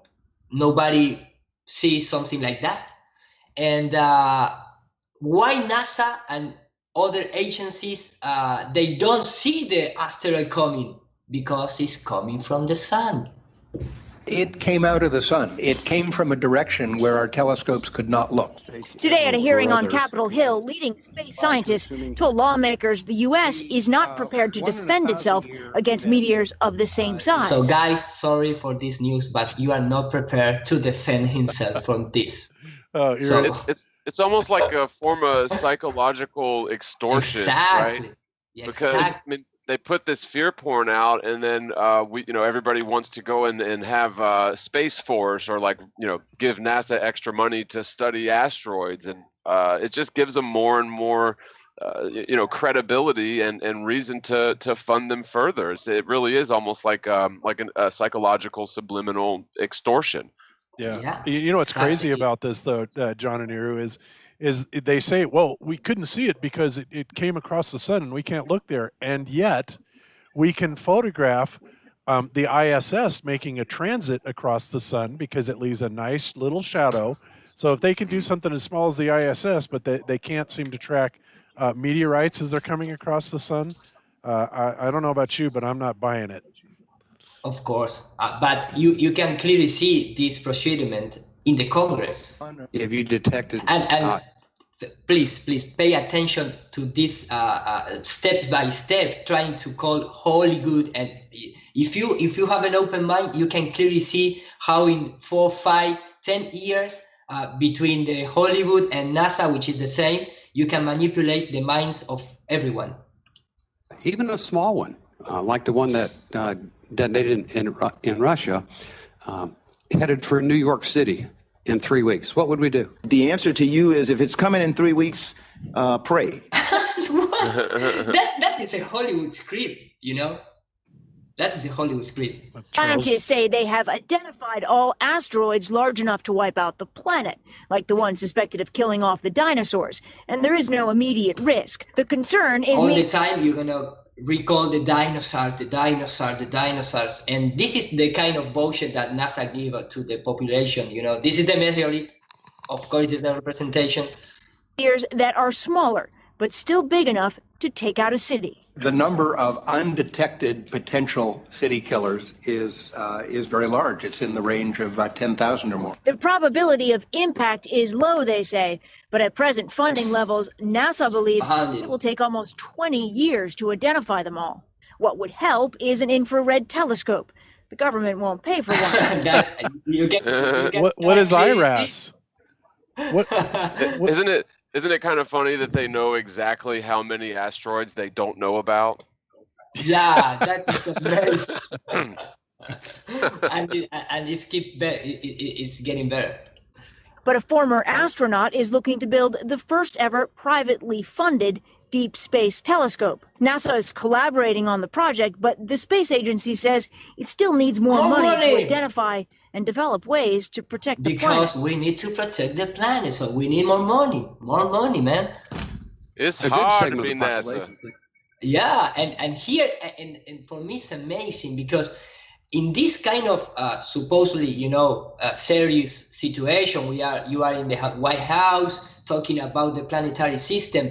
These guys recall movies like the Armageddon and things like that, to convince the rest of the Congresses or whatever they are. Population thinks it's just a matter. Identify and develop ways to protect the planet. A good segment of the population thinks it's just a matter of call Bruce Willis in, and notwithstanding we don't have a shuttle anymore. Perfect. Hollywood's version is definitely a bit dramatic, but scientists say there is reason to be concerned. The meteor in Russia was like a shot across the bow. Stephanie Gosk, NBC News, New York.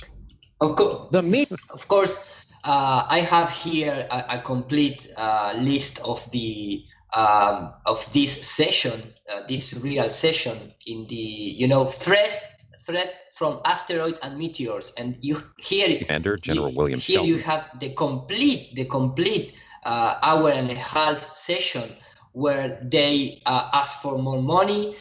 They are a military guy, the ex-Charles Bolden administration from NASA, and this scientist from NASA, which is actually working on NASA, talking about all these system of detection, but they never detect one. Even in 2018, they never detect one before it's supposedly entered to the atmosphere. They never see from a satellite, from the ISS, from nowhere. They never see. So they trying to compare system like, of course, okay, if we pay to detect meteorites, we can use the same system to detect missiles or things like that. And you start to see all this strange behavior from these guys trying to, answer a question that have common sense, but they don't know how to respond.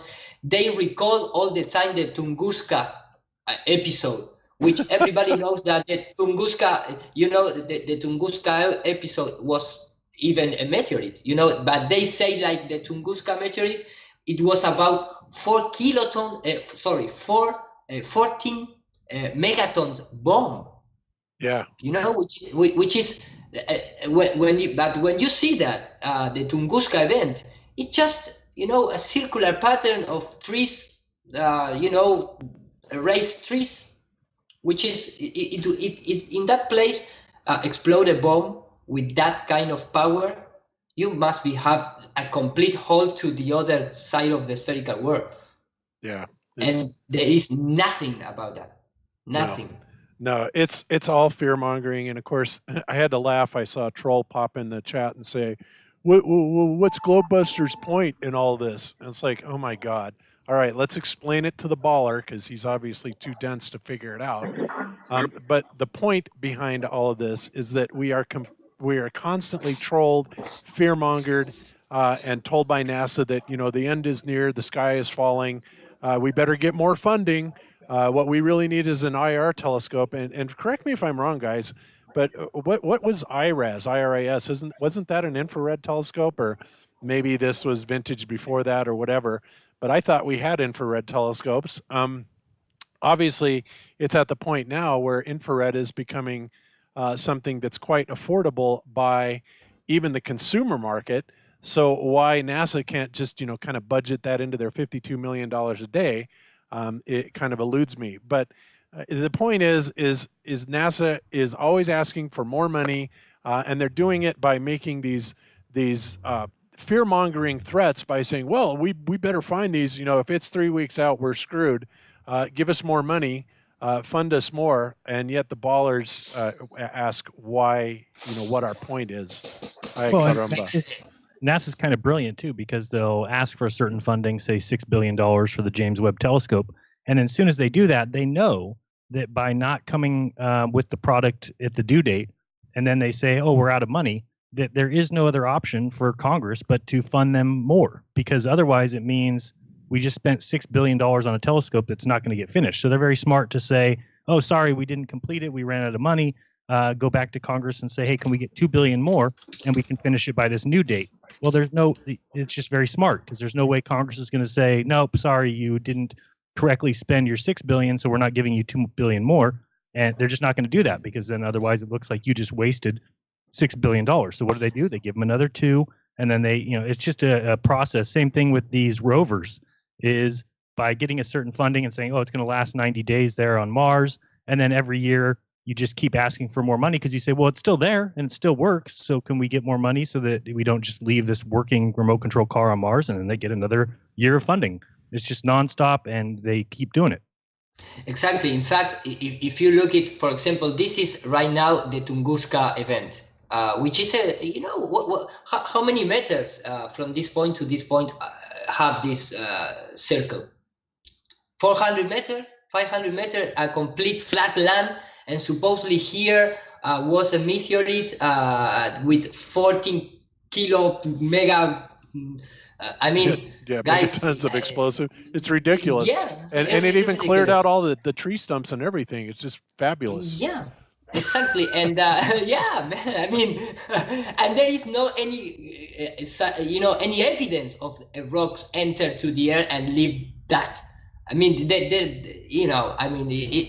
it's ridiculous. But for example, this was supposedly early radar observation of the asteroid in 2012. Oh, the end is coming, the end of the world is near. So at that time, NASA released a video of the asteroid that they use to say, maybe we are going to die, things like that. But this is 1 year before that the Russian events that after they come to the Congress and ask for more money. And look, this shit, all pixelated. I mean, of course, this is computer generated, but they keep going. They keep doing this because, for example, when they founded the supposedly solar system TRAPPIST-1, this is the original TRAPPIST-1 video. It was 4 pixels. And that is the supposedly, solar system TRAPPIST-1, which TRAPPIST is an order from the church. It's an old order in the church, for example, because they use all this kind of name. But NASA keeps doing the same thing. They show just pixels, and with that pixels, they go and ask for billions of dollars. That's what they want. It's all the finance game, and give us more money. Go ahead. If anyone else did that, it would be extortion because there's no, even if what they're saying is true, there's no guarantee that they're going to save us from any asteroids, and they'll even admit that. And from a flat Earth perspective, asteroids are something, or meteors are something completely different.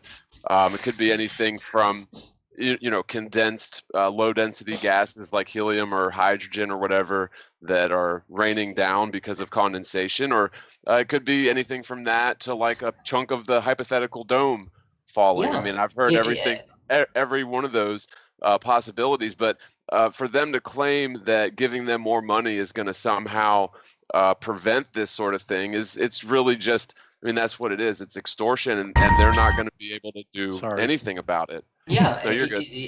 This is the one of the, this is the space debris and asteroid threats in the Capitol Hill, and they laugh all the time, all the session. If you really have the time to look this real life situation, it's like a Hollywood script.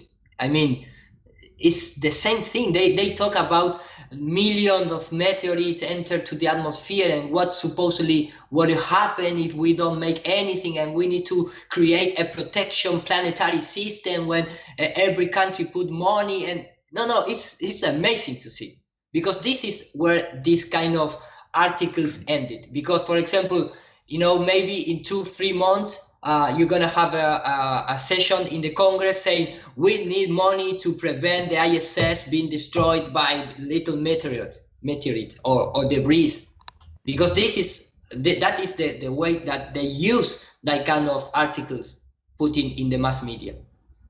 Yep. Wow. So anyway, I finished the presentation. Sorry. Okay, no worries. No, I mean, it was really super good, Hiro, and it was absolutely applicable to what we're talking about. So, yeah, I mean, it's just really, really amazing, the things that the BS that we're getting out. I'm sorry, Jerry, were you saying something? Nope. God, I keep hearing this voice. Yeah, man, you have problems, psychological problems, Bob. I guess. I keep hearing Jaren everywhere. Woo! Yeah. Oh, but I did see that you had Bill Nelson. You were showing him on the screen for a little while, and people should know who he is because he's the head of the Space Appropriations Committee and has always been the head of aviation operations and safety and security. So he's this big guy in Congress that comes out of Florida. Imagine that, which is exactly where NASA's headquartered, and they make all their money from that Cape. And he's the congressman from there, and then also he has been to space. So, talk about a conflict of interest. He's somebody who rode on one of the space shuttles as not an astronaut, but just some regular everyday Joe, so that he could come back and tell everybody about it. But yet he still gets to be the head of the space committee and is in charge of the funding that they get. So, I mean, this is just clear. And he's a Democrat, and, go through all that. Also in his Wikipedia, I forgot, I'll have to look it up, what the name of the certain society that he is, but it's kind of like another secret society like Skull and Bones. That's a big surprise. Yeah, really. Should it shock you? Yeah, the guy's just and look at him. He looks like he eats babies. He really does. Does he smell like sulfur? Wouldn't doubt it. That's terrible. Okay, all right. Wow, I just noticed that J. Tolan Media One just now released another video. I can't wait to see it. It's titled "Epic 500-Mile Visibility in Infrared from 31,000 Feet: Astounding and Shocking Flat Earth Phenomenon." Holy smokes! Looking forward to that one. Yeah, and just so I can finish that off, Bill Nelson was at Yale, where he was a member of the Book and the Snake, which is a secret society. Wow. So then you can click from there and find out who the Book and the Snake is, and yeah, one of the oldest secret societies, they say, next to Skull and Bones. Oh, you get warm and fuzzies off of all that stuff, right? Oh, Book yeah. and the Snake, Skull and Bones. Wanted to be best friend. Yep. All right. Okay, so before we move on, I want to make one other announcement that I forgot to make at the beginning. But speaking of experiments and long-range experiments, etc., Chris Van Maitre, which many of you know, has been on Globuster several times. He lives here in Colorado and is a good friend of mine, is doing an experiment on Saturday, September the 15th. Okay, so that's coming up in just a little bit under 2 weeks. And it is called Forced the Level Line Experiment. He's doing this with survey equipment and all kinds of stuff that he's going to be doing this experiment with. That ought to be really, really good. But what Chris is looking for, guys, is he is looking for basically 3 volunteers to help him out. And the experiment will take place up in Brighton, Colorado. And torque the line experiment. Okay, I'll look at that in just a second. Yeah. Oh, is that related to this directly, or no? Different. Just another experiment going on. Oh, okay. All right. Okay, I'll let you talk about that in just a second. But anyway, Chris is looking for experiments to help him with the Force the Level Line experiment. He needs 3 volunteers to basically run the level rods, whatever that is, I don't know. And also a couple volunteers to photo document the event. So basically, if you've got a camera, or even if you don't have a camera, we can provide one. I've got a P900 that I'll certainly lend to the cause to be able to photo document this. And then like I said, the other 3 people needed to run the level rod. So basically 5 people. If you can make yourself available on Saturday, September the 15th, up in Brighton, Colorado, which is just a little bit northeast of Denver. Chris would be most appreciative, and you can contact Chris. And mods, if you can put Chris's email address in the chat, that would be great. Let me actually copy it, and I'll put it in the chat right now. There we go. And his email address is Broncos no1fan@msn.com. Again, that's Broncos and then no1fan@msn.com. If you can email Chris and let him know that you would be happy to help us out on this experiment, I will be there helping him out with this as well. And obviously, we would love to get as many people that would like to participate in this as possible. So mods, go ahead and just rebroadcast that email address a couple times so people can grab it, and that would be super for being able to help us out with this experiment. All right, cool. Now, Jaron, what did you post in the chat? I missed that. Torque the line experiment. Yeah, there's two different links. If you could put them in the show notes. There's a guy named Mitchell. He's from Australia. People who listen to Raw might recognize him. He calls into Raw a lot. I've been talking to him for over a year, and he is the guy also who's provided me a lot of the video of sunrise, sunsets in Australia that seem to show the sun setting and then going back to the right. But he heard about the torque the line experiment, which was the idea that was kind of a community idea, but having some sort of strong line stretched between two shores and then pulling that line taut and seeing if the line enters the water, if there was a hump, like we're told. And because I was dealing with a guy when I was working on it in Australia, he kind of said, hey, let me talk to this guy too. And so they started to communicate, and basically he's ready to do that experiment. So he set up a GoFundMe. I think it only has $100 or so, but he only needs 900 to buy the line, and it's a Spectra line. He talks about it in that video. So yeah, the two links, one is a video of exactly the experiment he's going to do and where he's going to do it, and the other one is a GoFundMe fundraiser just for the line. So I think the fundraiser is like $2,100 or something, but he says he only needs 900 to buy the line and do the experiment. The extra would just be for the canoe and other things that he needs for that experiment. But I think it's a great idea, and I trust Mitchell. I think he does a good job in the video of starting it off by saying that he's not a flat earther, he's not a ball earther. He's skeptical. He understands that you need to have that, remove that bias that we see everywhere. And so I think he's a good person to do the experiment. So if people want to check that out, that'd be awesome. All right, beautiful. Yeah, okay. and at some point we do have to sort of adopt a bias, and I agree though. I mean, you have to approach this topic skeptically and objectively, and without any sort of opinions going into it, and just look at the data. But once you've done enough experiments, and I'm sure this one is going to have results that are not surprising to any of us. And that's because I do have a bias, because again, once you've seen enough, so much of this, these evidences and all of the supporting stuff like NASA lying, because indeed NASA could be lying about everything without the Earth necessarily being flat. But the fact that they're lying is, it's just another piece of evidence that we can add to the mix that is good enough for me. But yeah, I'm interested to see what happens, and I'm sure he'll have no problem raising the funds and getting that done. And yeah, I'll love to see the results. Yeah, and it's a mechanical test, which I think is important too. And as far as removing the bias, is because when you look at, for instance, Thursday night we went to the Monterey Bay to do an IR test, basically trying to get flashes of mirrors to be seen from across the water. And what we saw is that the beach cannot be seen, that the water ramps up to your, about your eye level or wherever that might be.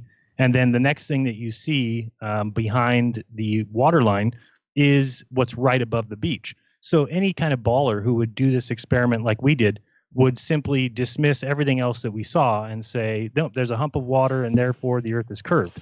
But when we're looking at it, and we're going through the footage now and finding that what we're seeing on the other side of the water is what's right above the beach, which is, maybe 80 to 100 feet high.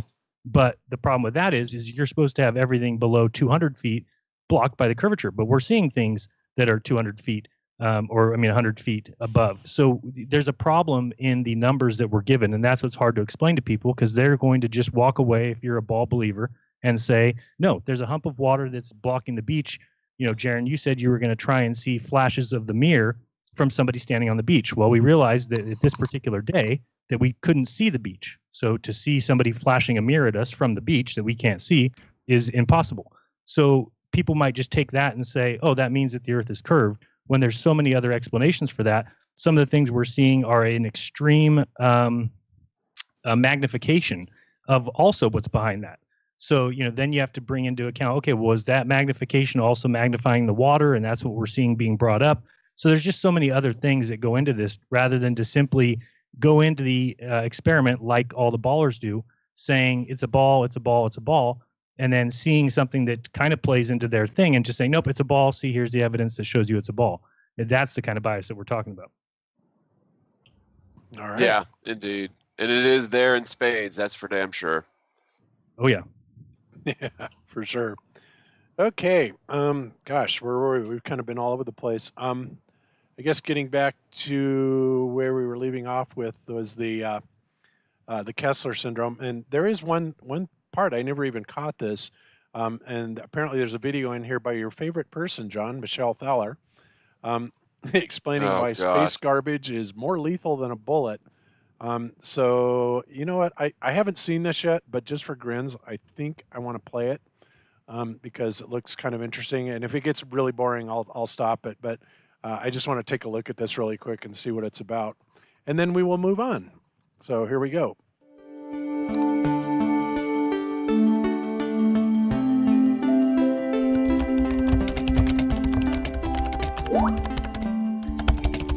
Hey, Eve, this is a great question because this actually really is a big problem in space exploration, all of the different junk that's up there. You know, it's actually the 60th anniversary of the first satellite the United States ever sent up called Explorer 1. So for more than 60 years, the Earth has been putting up satellites and robots and space stations and all kinds of stuff up into orbit. And a lot of junk has accumulated, and sometimes it's just very small. In the early days of space exploration, sometimes they would even paint satellites.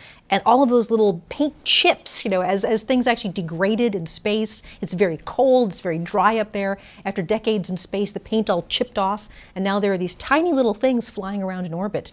But the problem is that if you're in low Earth orbit, by definition, you're traveling at about 17,000 miles an hour. That's much, much, much faster than a bullet comes out of a gun. So even a tiny little thing going at that speed, if it hits you in the wrong direction, it can cause huge amounts of damage. And in fact, one of the things that we do is actually study all the debris up there and all the collisions. There's parts of the Hubble Space Telescope that the astronauts... Wait a minute, all the collisions? So they're saying that there are collisions that are going on there? What happened to the cascade effect? Ugh, God, this chick is so annoying. She just bothers me watching her. Doesn't she always talk like she's hosting a children's TV show or something? Like she could be talking about like a gingerbread house or something, and it would be just as riveting. Yeah. She kind of reminds me of Miss Piggy. I don't know why, but all right, let's continue. Have actually brought back to Earth. And we actually look at the metal and the surfaces and think about all of the little things that have hit. We study how much damage there is from all of the debris up there. Some of the debris is caused by humans, you know, bits of old spacecraft, and some of it is actually natural. There's just particles of dust up there. This is what creates meteors, right? What people know of as shooting stars. The Earth accumulates about 100 tons every day of natural rock and sandy stuff from space falling down on us. So some of the junk up there isn't even human caused, it's actually even natural. So 100 tons of dirt and rock and stuff like that is coming in to the Earth from all different angles, and yet amazingly every day. Yeah, every day, and amazingly every day. None of it has hit any of our satellites, save the one bit that just went through the Russian module. And by the way, Spec came up with a question, Spec in chat came up with a question. Well, if there's only one hole and it came in, then obviously, where is either the exit hole or where's the piece of debris that only penetrated enough to, to come in the Russian module? Where is that? Well, that's a really good question, because if it has enough integrity to go through the wall of the Russian module, then it should be probably clanking around inside there somewhere. But of course it's not. But hat tip to Spec for pointing that out. So let's move on. Sounds like 100 tons of bull crap. Yeah, totally. So what do you do with this environment up there that's full of tiny little things? In some cases, we actually worry about the astronauts being hit by these. So if there's an astronaut out doing a spacewalk, they're in a pressurized spacesuit. And just like you can't really make a tiny little hole in a balloon, if something actually got through the spacesuit under pressure, that would be incredibly dangerous for the astronaut. So there are many things up there that we track. We're actually so aware that space junk is becoming more and more of a problem that we're really encouraging other countries to be careful about what they do up in space. A couple years ago, China, as an experiment, actually collided two of their satellites. It was sort of a military and space experiment, and the amount of space junk went up almost exponentially from that. From that one single event, these two satellites colliding, all of this different stuff went off into space. So some people have a job at NASA to actually track the larger bits of space junk. And in some cases, we know exactly where they are, and we can actually get our satellites out of the way of them. Even the International Space Station has the ability to change its orbit just a little bit and actually maneuver. So if there's a particularly large piece of space junk, the space station may choose to make little maneuvers to avoid it. A few times, astronauts have actually been a little bit worried. There's been a tiny, tiny chance of a collision. Wait a minute. All right. So NASA can't detect any asteroids coming in or all the asteroids coming in because of their size or the sunshine or stuff like that. But yet they can detect little bitty space debris that's out there between 200 and 1,000 miles, whatever, and move satellites and the ISS out of the way of it. Double speak much? A couple percent. But that's enough for us to be concerned for them. And in some cases, we've asked them to get ready for an evacuation in case anything happened. But luckily, nothing ever did. So NASA is very aware of the space junk problem. The question is, what do you do about it? Because think about this. When you're up in orbit above the Earth, you're talking about an area that's actually larger than the entire surface of the Earth. And you're not only talking about an area that extends up from the surface of the Earth, but it extends up for hundreds of miles. Space junk is at many different altitudes. So there really isn't any way to take a giant vacuum cleaner and just start going after piece by piece of space junk. And yet you did just that by sending up, allegedly, a satellite with a camera on the front of it to pick up all this little space junk and redistribute it somewhere else. You would never cover that amount of volume. It would take you centuries to even try. And why are you so trying? People are talking about ideas like, could you take lasers? Could you maybe actually vaporize some of the space dust? How would you clean it up? Could you actually unfurl big sails that would sail around the Earth and scoop up some of the space junk? Maybe. But I, for now, haven't seen a particularly good solution. The best solution is to try to put as little of that stuff into orbit as possible and know where the bigger pieces are. And right now, we really have to manage the problem more than solve it. Oh, my God. Money. And tell me if you can hear this. I have her talking about flat Earth here, too. So I'm going to Can you hear end that? with... Yep, we hear it. Yeah. Okay. I have the wonderful pleasure of being friends with Neil deGrasse Tyson. He actually is lovely. Yeah. And I mean, sometimes you just need to resort to swearing. I've been asked so many times recently about the flat Earth. I've been asked about the hollow moon. And sometimes you just got to say, what the fuck are you talking about? Right? So with that, thank you very much. Really The end of her nice. speech. Well, that was a scientific rebuttal if I've ever heard one. Right. And on the screen, she had Neil deGrasse in a GIF, or GIF, whatever people want to call that, continuing to drop the mic and show that the Earth isn't effing flat. Nice. Because we can drop mic. Yeah, well, that proves it. I didn't know that things fall to the ground. That is... So that? Oh, look, I can show you right now. I'll lift up my pencil and drop it. Man. Gravity, bitches. How could we have been so stupid? All right. Okay, guys. So we will leave that topic behind because we've already made enough of a mockery of it. Or I should say NASA has done a great job of making a mockery of it for us. So, yeah, we'll just leave that behind.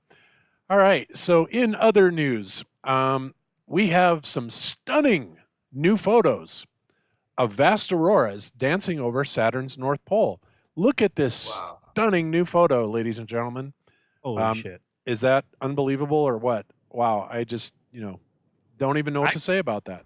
I believe it because a lot of people smarter than you, Bob, who have degrees have said so.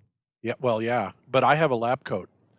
So, Well, then you guys are even. Yes, the playing field has been leveled. Well, it's like what John said earlier. John described it, and I think I've heard Noam Chomsky describe it perfectly. That the way the education program works, it rewards those who follow rules, who don't question assignments, who do what they're told, and then those who get degrees and get PhDs. So no one is saying that those people aren't smart, but they don't question. That's the thing. So the education system basically encourages complacency or compliance, and if you ask too many questions, then this is frowned upon. If you don't do what you're told, then you're sent to the principal's office. So we end up with all the PhDs and professors who follow protocol. And the system creates these people who become the peers in peer review. And so they don't allow outside ideas or concepts. I mean, Bob, have you seen Wakey's new video on geology? Yeah, excellent. Yes, it's very good. Yeah, very I good. saw it too. Yeah, and he even shows that there's with the radioactive particles, when you study those, you can see that the ancient age of coal has been debunked, and yet those papers have been submitted and they've been read, but they just are passed along because the rest of the geological groupings are not going to allow the total disruption of everything that they've been teaching for 50 years. So it just goes to show that just because you have submitted papers or you have peer review doesn't mean that the standard protocol is ever going to change. Exactly. In fact, the same thing happened with Halton Harp, which was a former from NASA, an astrophysicist, presenting the bullshit about the redshift and the Big Bang. And he present, papers and scientific paper, and the same thing happened with him. Yeah.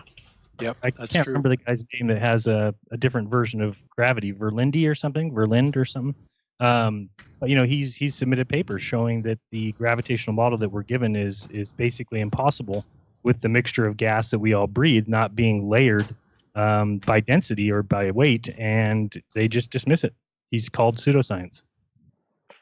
Yeah, and that Wakey video, it did a real good job of putting it in layman's terms how it was proven that these coal deposits were formed much more quickly than ever thought possible by geology, and basically they just ignore it because it upsets the apple cart too much in terms of the scientific dogmatic narrative. And it's a real shame because that sort of thing could lead to huge advances in creating a renewable resource out of coal. But unfortunately, there's just too much profit and perceived scarcity and too much narrative in this whole old Earth creation of coal. Right, and they need that long period of time. It's the same thing with the 10 PhD scientists that gave their report at a dinosaur convention or whatever, showing that basically they sent in these 10 samples from these bones, and they all came back dated between 10 and 30,000 years old. And then when people found out that they had blind sent those in, well, the lab refused and said, "We'll never take anything from you 10 PhD scientists again, because you're even though you're doing science and sending it in for real dating that they do, this carbon dating, they say we don't carbon date dinosaur bones because they must be 67 million years old. Therefore, they can't be dated by this method." But again, this is the problem with everything, that what they're doing is stopping real science and propelling their narrative. Yeah. Unbelievable. Okay. Guys, so I guess let's get back on track here. I have a couple other things I want to show, and then I think if it's okay with you, we'll take a couple phone calls because we have a little extra time today, and I think that'd be kind of cool. And we don't do that very often, but in the meantime, I did want to point out that there was a guy with the channel name of Respiki Finum that came out with another infrared video talking about a 220, I don't know, like 221 mile or something like that. 224.7, but he just says 220 mile world record flat Earth distance footage in infrared, which is really very good if you guys haven't seen it. But one thing I did want to point out that I thought was interesting is in this particular part of the video, he's panning out quite a ways. And one thing that does enter the frame is what's called a radome, okay? And what radomes are is, you've probably seen them. They usually have them at like Air Force bases. Here in Colorado, we have, I live very close to Buckley Air Force Base, and they have a whole bunch of these radomes, which are essentially over-the-horizon radar. And they look like golf balls just sitting there on the horizon. They have the texture of it and everything. But what I wanted to point out about this particular shot is that it's quite a ways off in the distance. As you can see, the top left or 10 o'clock position of it is lit very heavily.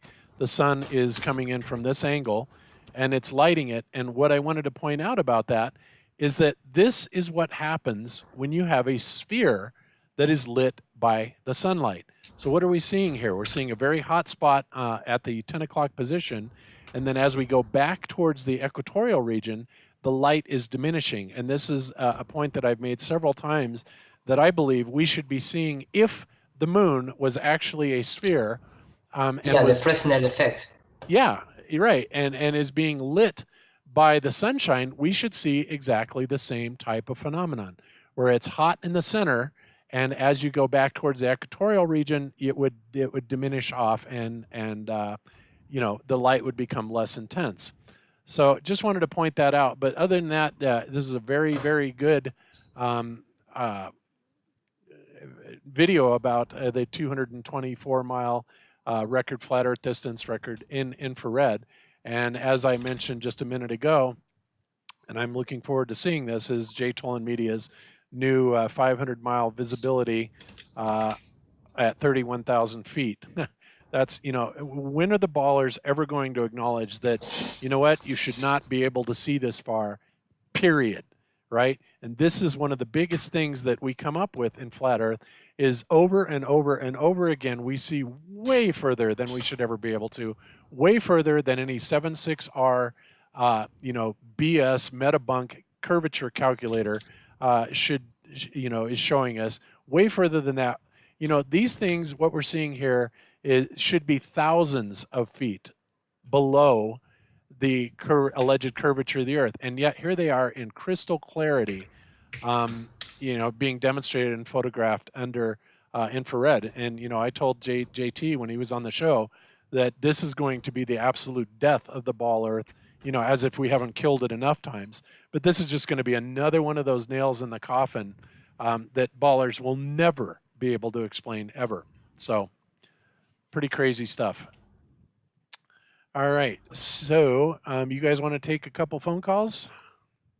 Okay. All right. So Certainly. All right. Let me bring that up. Hang on just a second. Got to find it. What did I do with it? There it is. Okay. Well, let's move this over to this side. And all right, guys. So the number to call in, let me post it in the chat, is area code 303-225-1019. 303-225-1019. Mods, you might want to spam that a couple times. And I am ready to take calls. If anybody wants to call in and talk to us, that would be super. So just let me know, and hopefully I've got everything set up right for this. So again, 303-225-1019. Lines are open, and we are ready to rock and roll on this. So anything else that you guys want to mention before the first phone call comes in? I was talking the last day with Rodrigo, the guy who made the amazing presentation in the Stockholm University from the International Conference of Sociologists and Anthropologists. I don't know. I know everyone in the community maybe see because all the main channels posted, and it's really amazing. So I'm going to have a Spanish conversation with him, and nothing. I mean, it was a really... Sounds good. All right, let's answer this. Hello, you are on with Globebusters. Hello. Hello, how you doing? Who we got? I'm good. This is Tony from Flint. Hey, Tony, how you doing? I'm all right. All right. I just happened to turn on the YouTube and saw you guys were live and taking calls. What are you talking about today? Well, we've been talking about several things, space debris and all kinds of, experiments, fakery, pretty much normal Globebuster stuff. Did you have something in particular you wanted to talk about? Oh, no, I just wanted to get on your phone, talk. What's up? Okay. But you are nothing in particular. I just heard that you guys were taking phone calls. What do you guys want to chat about? I think that space degree is a bunch of nonsense. Yeah. Yeah. There can't be that much up there to cover what the whole surface of the Earth is. That what I heard? Think there probably couldn't be such a thing in that as lady's space debris. report. She said that there was enough up there that it would cover like the surface of the Earth. Well, she said something like hundreds of tons of debris. Go ahead, John. I was just going to say, can Tony hear us? Yeah, Tony, can you hear John? No. You're kidding. I hear you just fine. I'm not by my computer, though. I stepped away so I wouldn't get an echo. Oh, well, hang on just a second, and Let me fix that. Hang on just a sec. Testing. Testing 1, 2. Testing. All right. Hang on a second. We are fixing it. God, I had this problem once before, but this time at least we know how to fix it. Thanks, Jaron. Okay. I'm not reading the script, by the way. Yeah, it's fine. Must have been reading the script. Damn it, you caught me. Yeah. I don't have anything in here. What are you looking for? Eric's spot. It's not in here. Yeah, I don't know where it is. Okay. All right. So now, can you hear them? John, say something. Testing. 1, 2, 3. 4. Yeah, I hear you. All right. Okay. Well, I was just going to say, I think that my position would be there's no such thing as space debris. It's hypothetical, because I'm fairly certain that there's enough evidence to prove that there's no such thing as orbiting satellites. And so there therefore cannot possibly be such thing as space debris. And so they're taking the hypothesis that there are actually satellites up there and that there is actually space debris. And so if you start with that hypothesis and the hypothesis that the Earth is a ball and you can have orbiting things, then eventually, yeah, there may be crashing into one another and breaking off into smaller pieces. And eventually you get this hypothetical chain reaction, but that's all it is. It's just a theoretical model extrapolated out with data that is whole cloth fabricated. But it's Sure. supported by Hollywood. Sure. But I tried to bring that kind of stuff up about the satellites to one of my cousins, and he worked at Boeing, right? Long time ago. And he says, well, I made the engines for the satellites, so therefore I know they're real. Yeah. Well, and just because they build something, I'm sure that they did build things to NASA's specifications, but the big problem is whether or not they actually put that stuff up in space, because NASA gets a budget of about $20 billion annually now, and they have to spend that money with their buddy contractors that they work with, like Boeing and others. And sure, they're building things, but it's knowing that the Earth isn't a ball and that space is fake, then I think it's pretty safe to assume that everything NASA does is just fakery in order to keep getting that money that they do have to spend legitimately. But again, Well, sure, they do wouldn't have a get their higher money purpose. again if they didn't do something. Well, you got So, to yeah. remember the forces that it seems are really on top of NASA, that ahead of NASA, are the same forces that actually print all the money. And so it's not like they really need money. I mean, sure, they do. People like money, and the people that are involved with NASA, especially the higher ups, are going to get paid. And they do have to spend that money, but ultimately, the purpose of NASA isn't just to get money. It is a large-scale, decades-long psychological operation that is really just there to reinforce the fantasy of infinite space. Sure, yeah. Yeah, I'm not a NASA fan. It's just that I had a cousin that worked at Boeing and said that.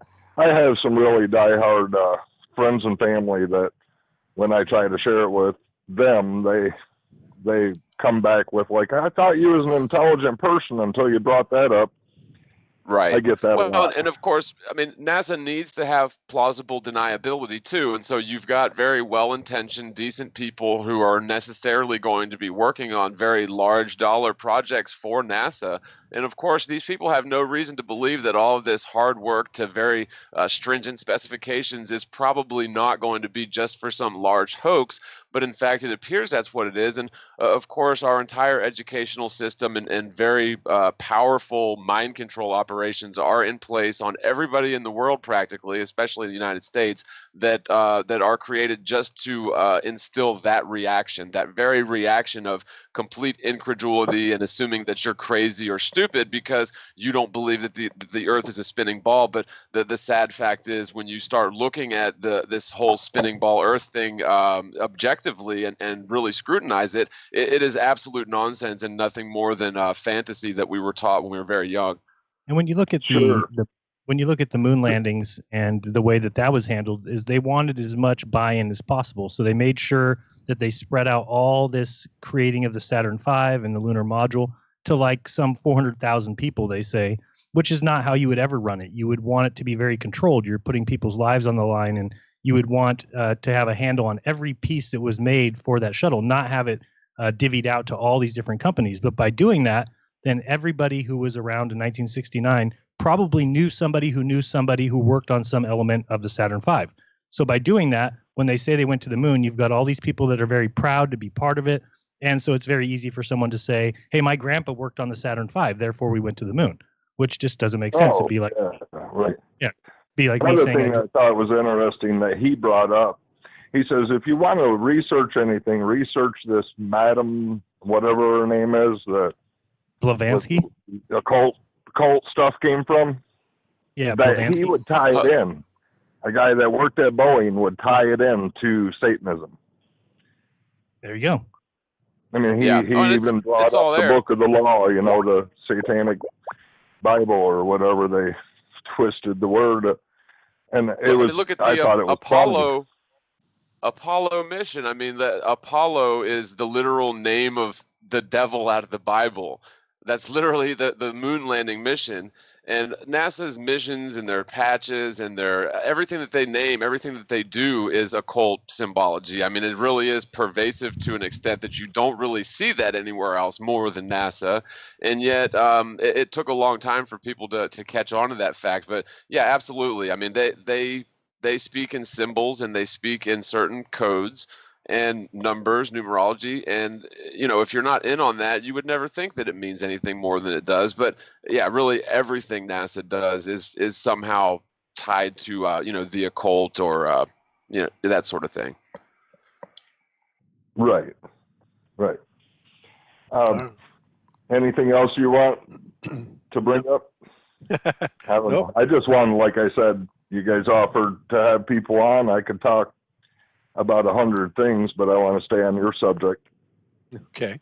No problem. No, thank you for calling in, and we'll kind of move on to a couple other calls, but we appreciate you calling in, and hopefully you can call back when we open the phone lines again. Okay, yeah, I'll go and listen now. Hear my horrible voice. All right, thanks, Tony. Thanks a lot. Later. All right, bye-bye. All right, beautiful. Okay, so phone lines are again open at 303-225-1019. And yeah, Arrow, I got those pictures that you sent over in the private Skype. Interesting. All right. So what else do we have? Again, I just want to mention again that oops, well, I guess I won't mention it yet. Let's go ahead and take another call. Hello, you're on with Globebusters. Who we got on the other end? Hello. Can you hear me? Yeah, we hear you. Hey. Hey, Jared and John and Bob from Globebusters. It's Hori from the Hori Sheet Show. I just wanted to call and just give a big thanks to everybody that does this show. There's 995 people watching right now. Your numbers just keep growing, and you guys, you're hitting so many nails on the head. You know, I come here a lot to get my news, and then I scour the rest of the internet. You guys are just awesome at putting it all together, looking at all the stuff, scrutinizing it, you know, with a fine-tooth comb and a magnifying glass and everything else you got. And you guys are just hitting the nails on the head. I talk about your show every time I do a show because you bring a lot to the table. And I just finished wrapping up my my next episode 8, and I've got just a big section in there where you guys are talking about fake Disney, that Disney video, or the people that, you know, faked that, what was it, that laser test? Remember that? Mm-hmm. Oh, yeah. Matt cropped footage. I could not believe it when I saw the guy put the side-by-side videos together and changed them up, cross-faded them out. And he was like, yeah, it's the same exact birds that are coming by and everything like that.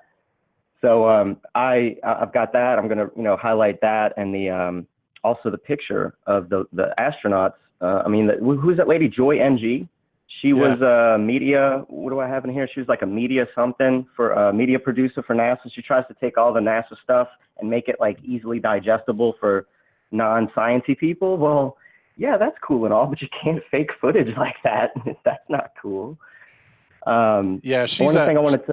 Go ahead. She's actually got a master's degree in science media production or something like that, and yeah, she is.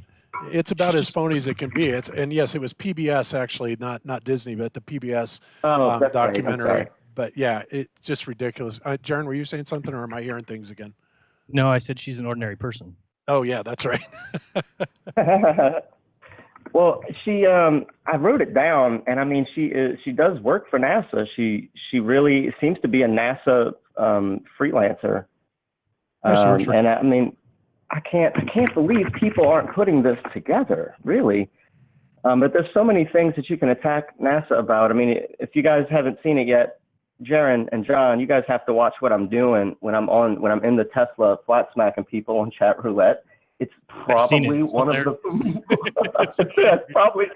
of the most hilarious things to ever watch. But it's not just entertainment for us flat earthers. It's really effective.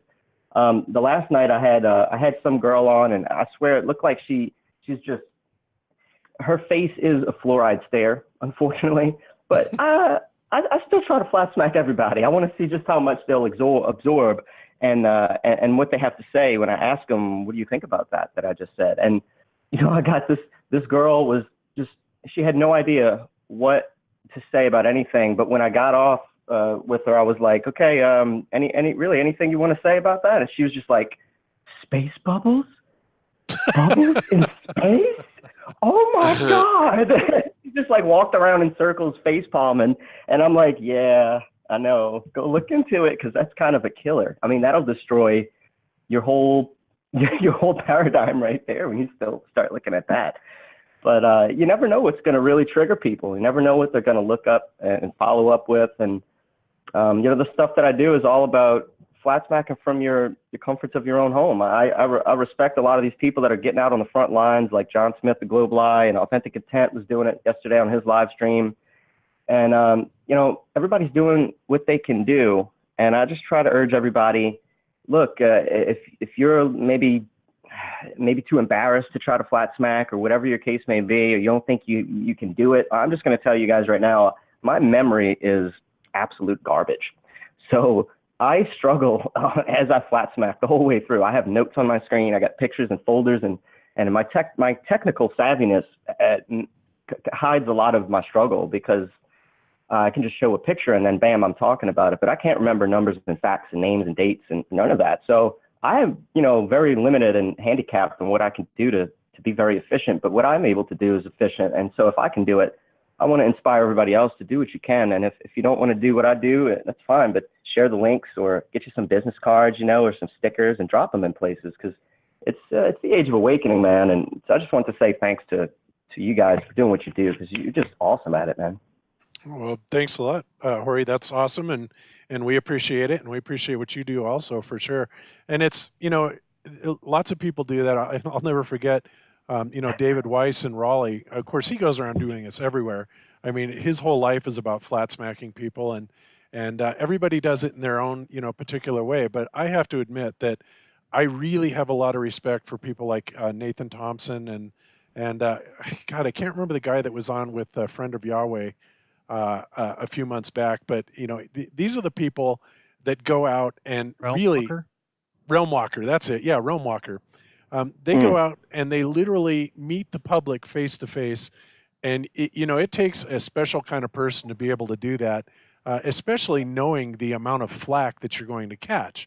But you know, so I really have a lot of respect for anybody that does it. But you know, anybody doing it in their own way, the way you do it, is hilarious. It's great. I've loved to watch, you know, you do it a couple times live, and it's really cool. And also, I also wanted to say, yeah, it's amazing that, you know, right now we're at about 940 people watching. We did get over 1,000 people, which is absolutely amazing. And the reason I say that is because we have taken note that, you know, for the last couple months at least, and not so much on the Globebusters 2 channel, where we're only getting maybe 400 or 500 people, but like last week and this week, typically we used to rank as the #1 science and technology show on Sundays, and now you look into it and we're not even listed. I mean, YouTube is absolutely censoring the crud out of us. And well, didn't you just get the strike was finally not removed, but it went through its course? Yeah, right? yeah, it was And lifted so, for last week. I mean, you would expect to see it'll probably get better, but there's like a lag on it. So last week was the first show we did since the strike was lifted on this main channel. Yeah, and it's amazing that we went over 1,000 today just with the fact that we are being so heavily censored. Because I guarantee you, if you look at like live episodes right now, we probably won't even show up. And before that, we would be often in the #1 spot. And we also have gotten as high as nearly 2,000 viewers on one live show. But I think that a lot of people are really, really interested in this, and they're not going to be able to censor it down. They're not going to be able to shut it down. And really, I think the next most important step, in addition to what we do and what many other people are doing, is to go out there and meet the public head on, whether you do it through chat roulette or in person. This is something that I really believe is important, is people really getting out there and advocating to the public and making Flat Earth really well known.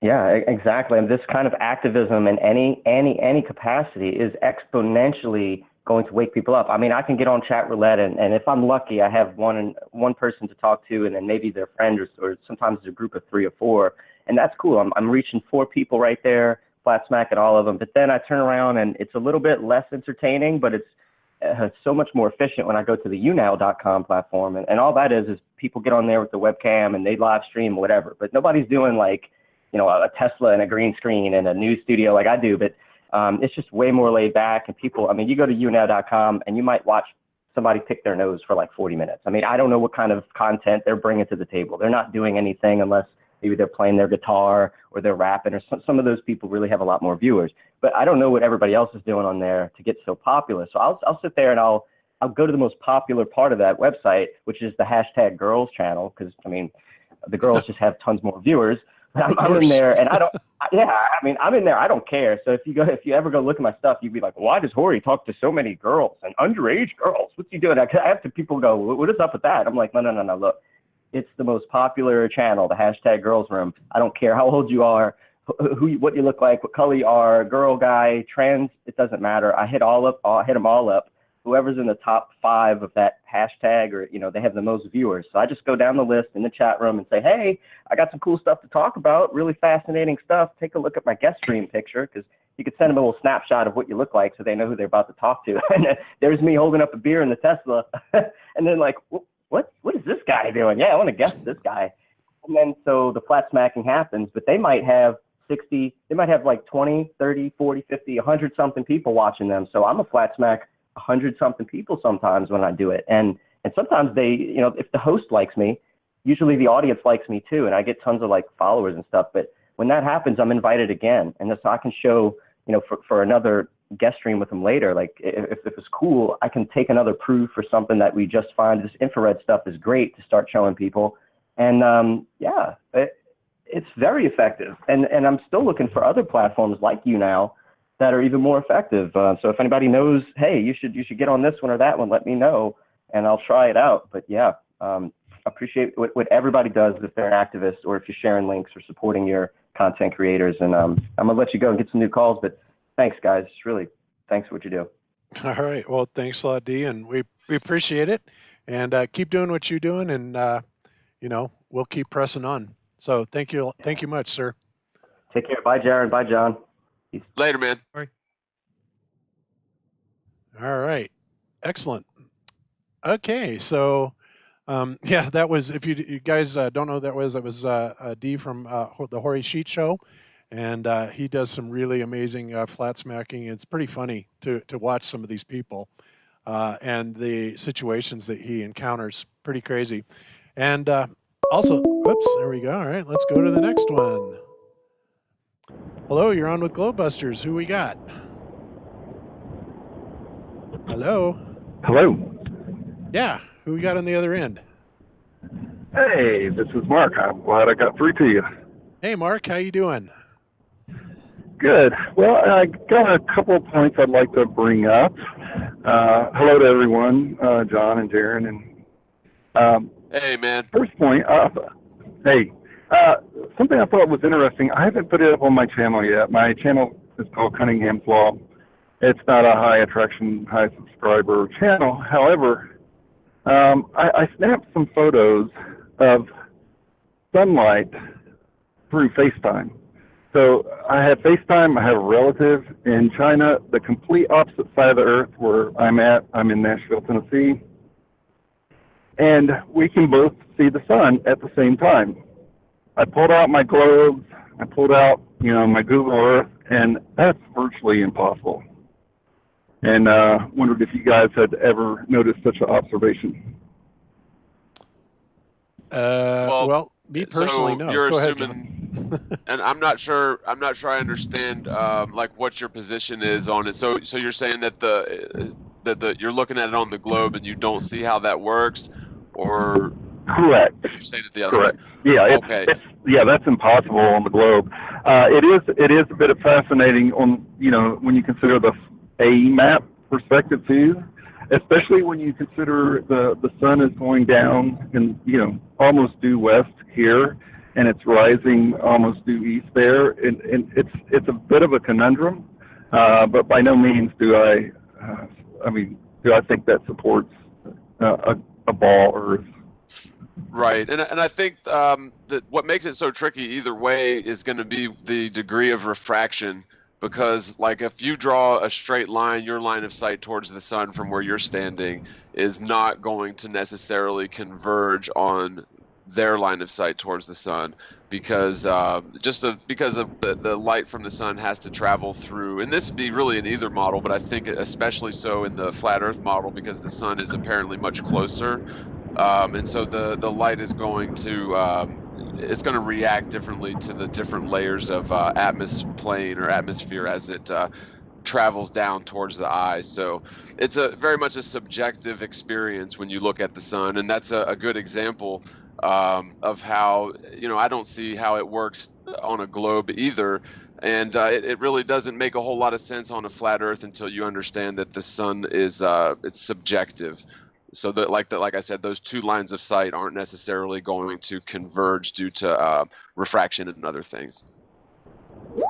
Right. So for everybody listening, I'd say get your Google Earth or your globe and shine a flashlight on it, and you'll see it's impossible for light to shine, for the sun to be rising in the middle of China, and also to be shown in the middle of the United States as well.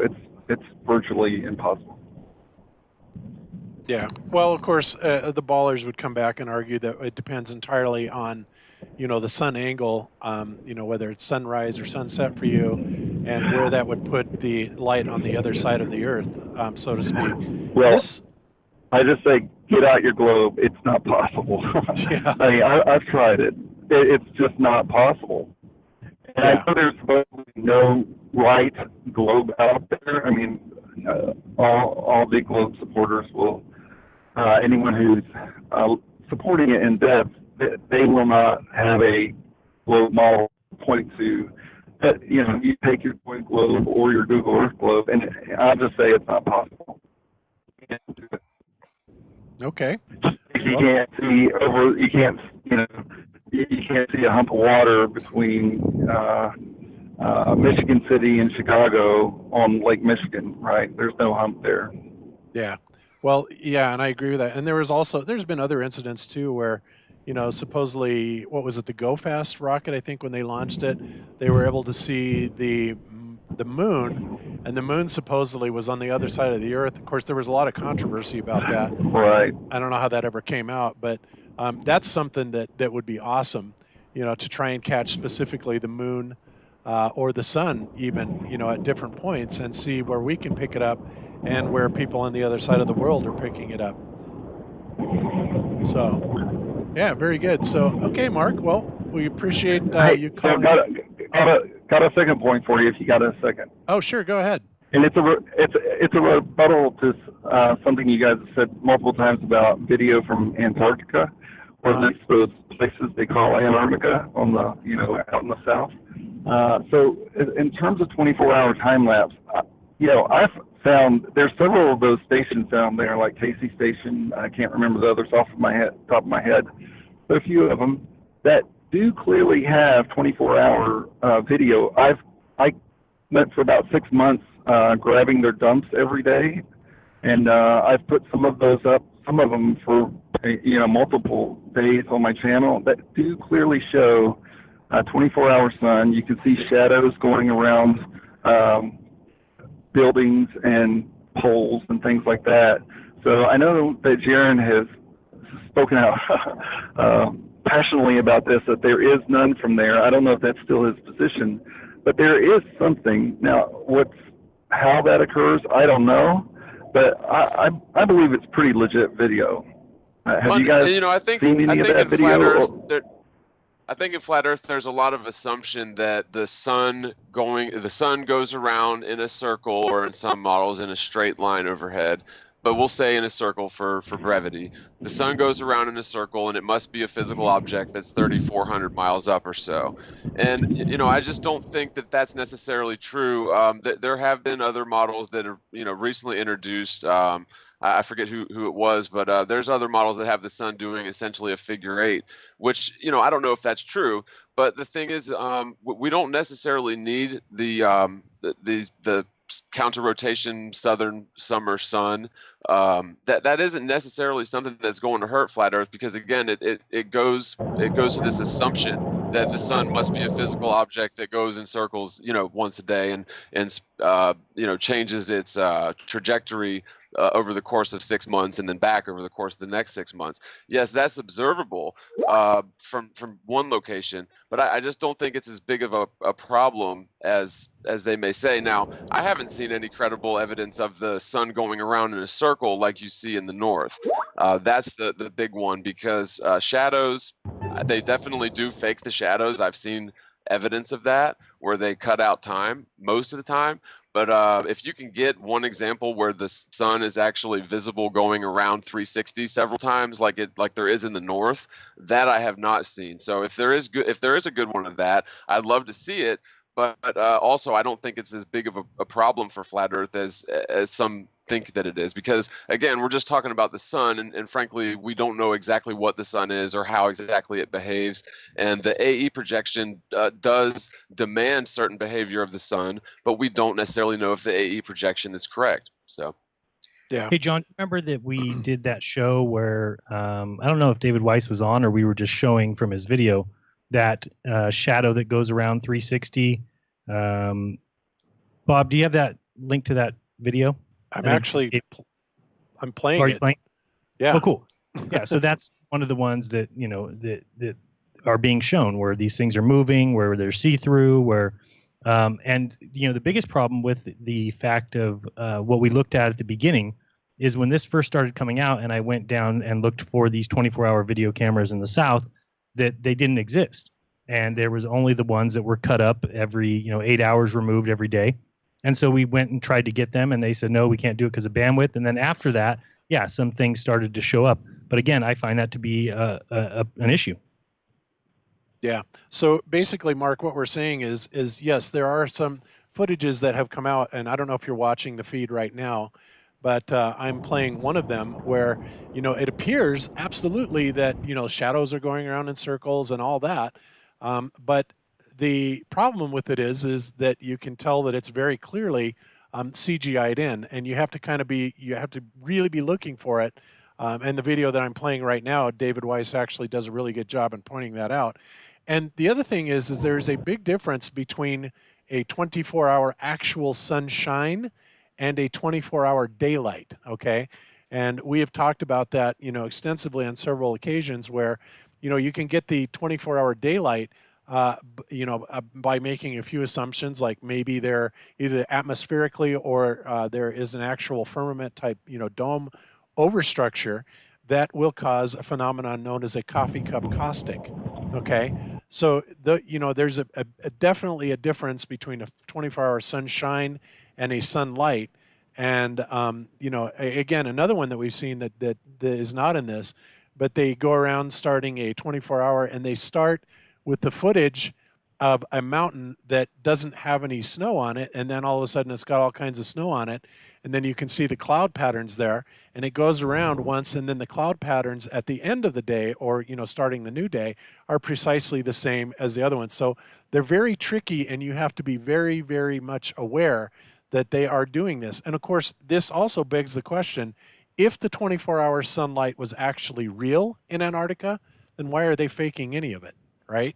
That's a big question. So they may actually make their techniques better at faking it, but the point is they've been having to fake it, either by omitting 8 to 10 hours of sunshine, as Jaron has demonstrated, or by, shooting the same scene at the end of one day and the start on the other, and the clouds are identical. Or you can see clearly, like in this video, where you have video fade effects where it is again faked. So, Well, I agree. There's some, buffoonery going on there, especially those videos you're talking about. I'll just say there is video that comes out of there that is 24-hour daylight in the wintertime. It looks like sun on clear days, and I'm not just pushing my channel here, but if you go to Cunningham's Law, you'll see those videos there. So if you guys want to check it out, I would definitely be interested in your analysis of that.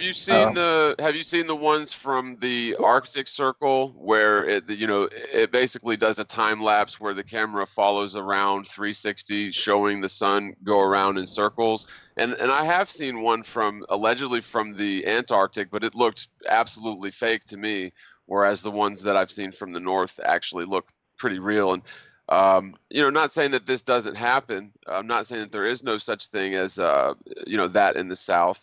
I haven't personally seen the evidence for it. So I guess my question is it a time lapse like that, like we've seen from the north? Yeah, I think they're either 1 minute or 10-minute time lapses. So the photo is either 1 minute or every 10 minutes. I can't recall which it was. Okay. And it's the camera's following the sun around 360? No. It's a fixed camera that's focused on a building or something like that, and what you can see are the shadows going in circles. So they're not time lapses of the camera focusing on the sun. So during the wintertime up here in the north, it does take some patience to find videos that show 24-hour sun, because there's apparently a lot of bad weather down there. I have seen the videos you're talking about, and yeah, it's still, I haven't seen the 24-hour sun phenomenon in the South like we have in the North. And again, I'm not saying it doesn't exist. I'm just saying that I haven't seen believable, credible 24-hour sun time lapses. Right. Mark, one thing I am interested in, you mentioned your channel name a couple times. All I've gotten is Cunningham, and it's Cunningham. What is the second part of it again? It's Cunningham's Law. L-A-W. Okay, Cunningham Law. All right, so I will bring that up, and we'll definitely take a look at it. Because we're always interested in seeing stuff like this, and thank you for bringing that to attention, because we love to see stuff like this. And I'm sure the ballers will be all over it, saying, there it is, flat Earth debunked. But forgive me for being skeptical, but after what we have seen over the past 3 years, well, and you also got to think of it this way too. I mean, this is the biggest lie ever. The biggest lie supported by the most money and the most science, if you will, using the term loosely, ever. And so to think that things are not going to be fabricated is, to me, I think is a bit naive. We have to assume that things, my position is we have to assume that things are going to be fabricated, and the 24-hour sun videos I've seen from the South have looked fake to me.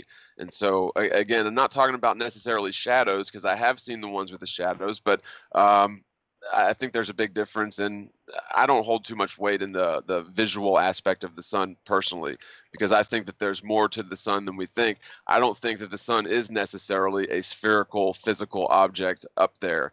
I think that we view it as such, and it appears to us as such, but it could be the result of any number of things that just cast that illusion of a singular physical object to us very very nicely, and we go with that assumption for lots of things, even triangulating on the distance to the sun. Assuming a flat earth, we assume the sun is a single physical object, but frankly we really don't know what the sun is and how it's behaving.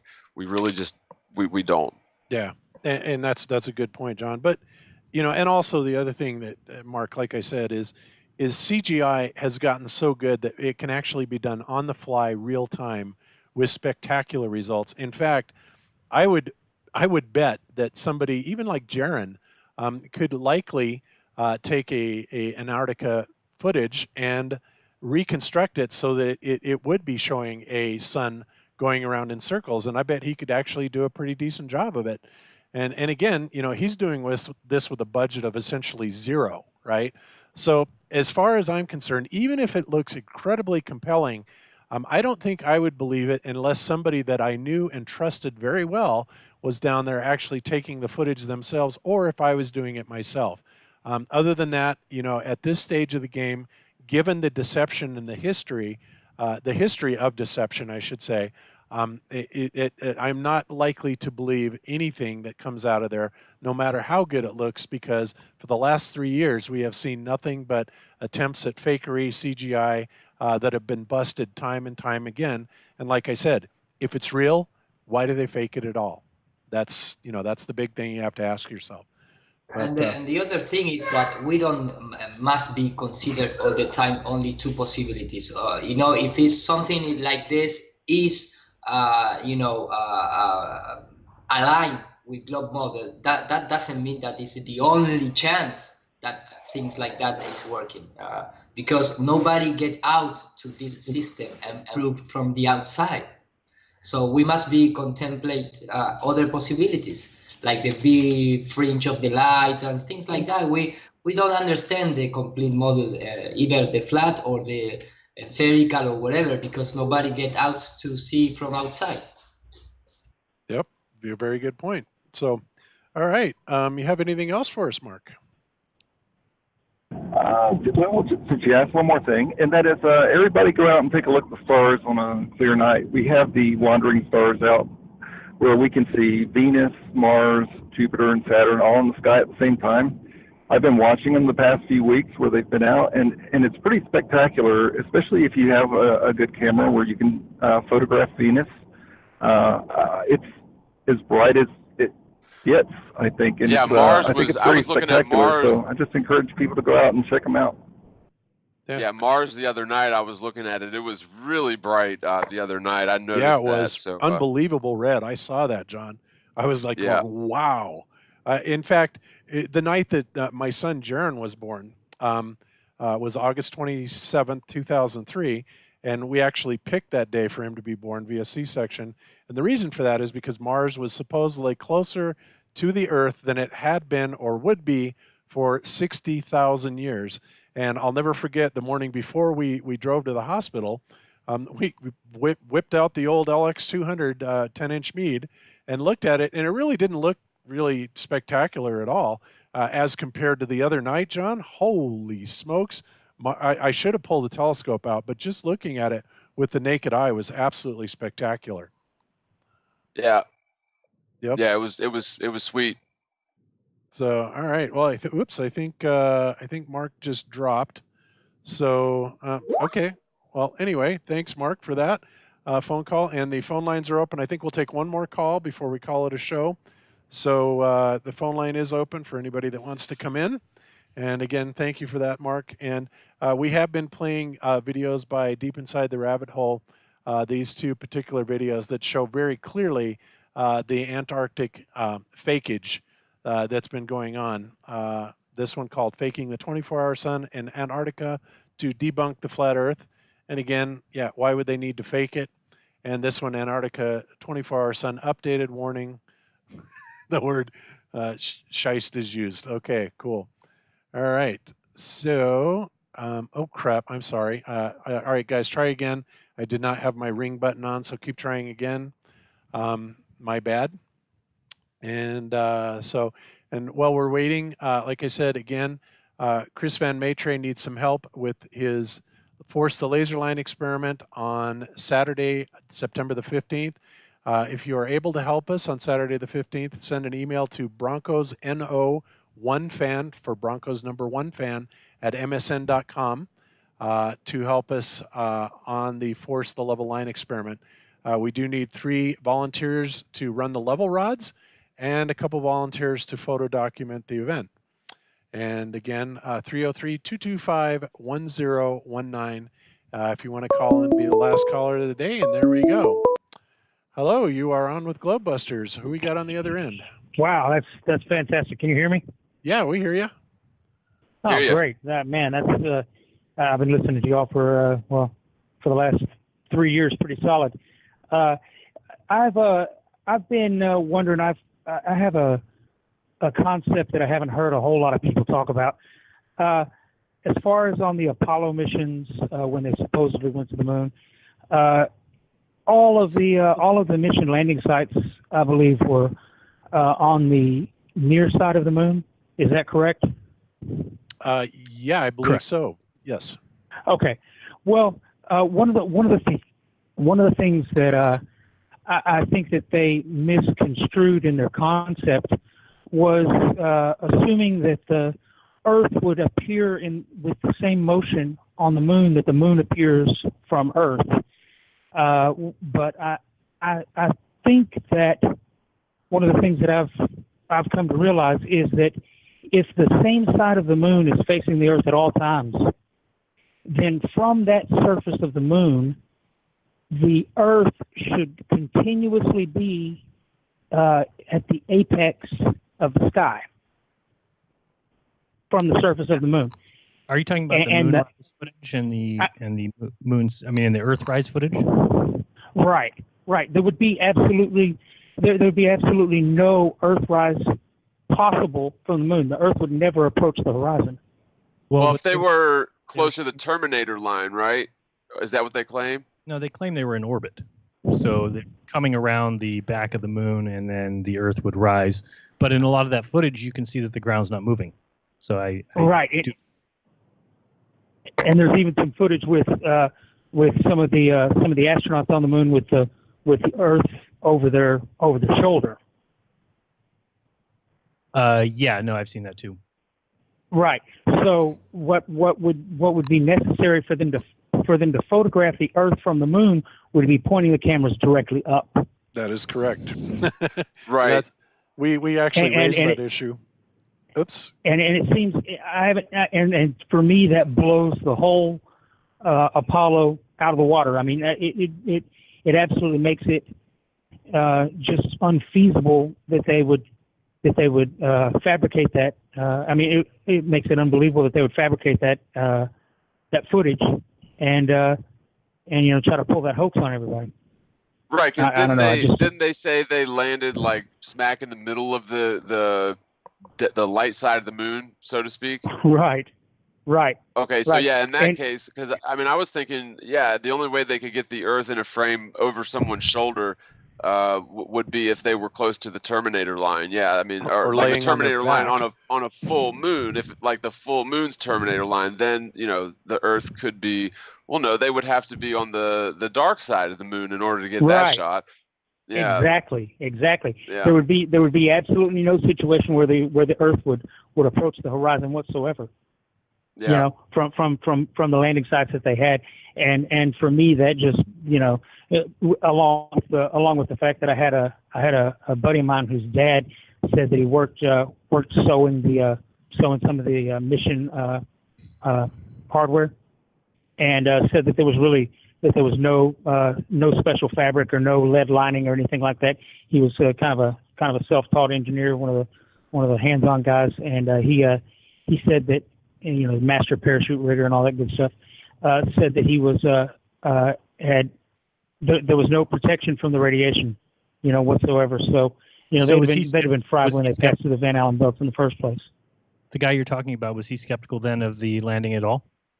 Oh yeah. Well, I mean, this was back in the early 2000s or late 90s, and he was skeptical at that point, and then beyond that, I can remember I can remember situations when I was a kid.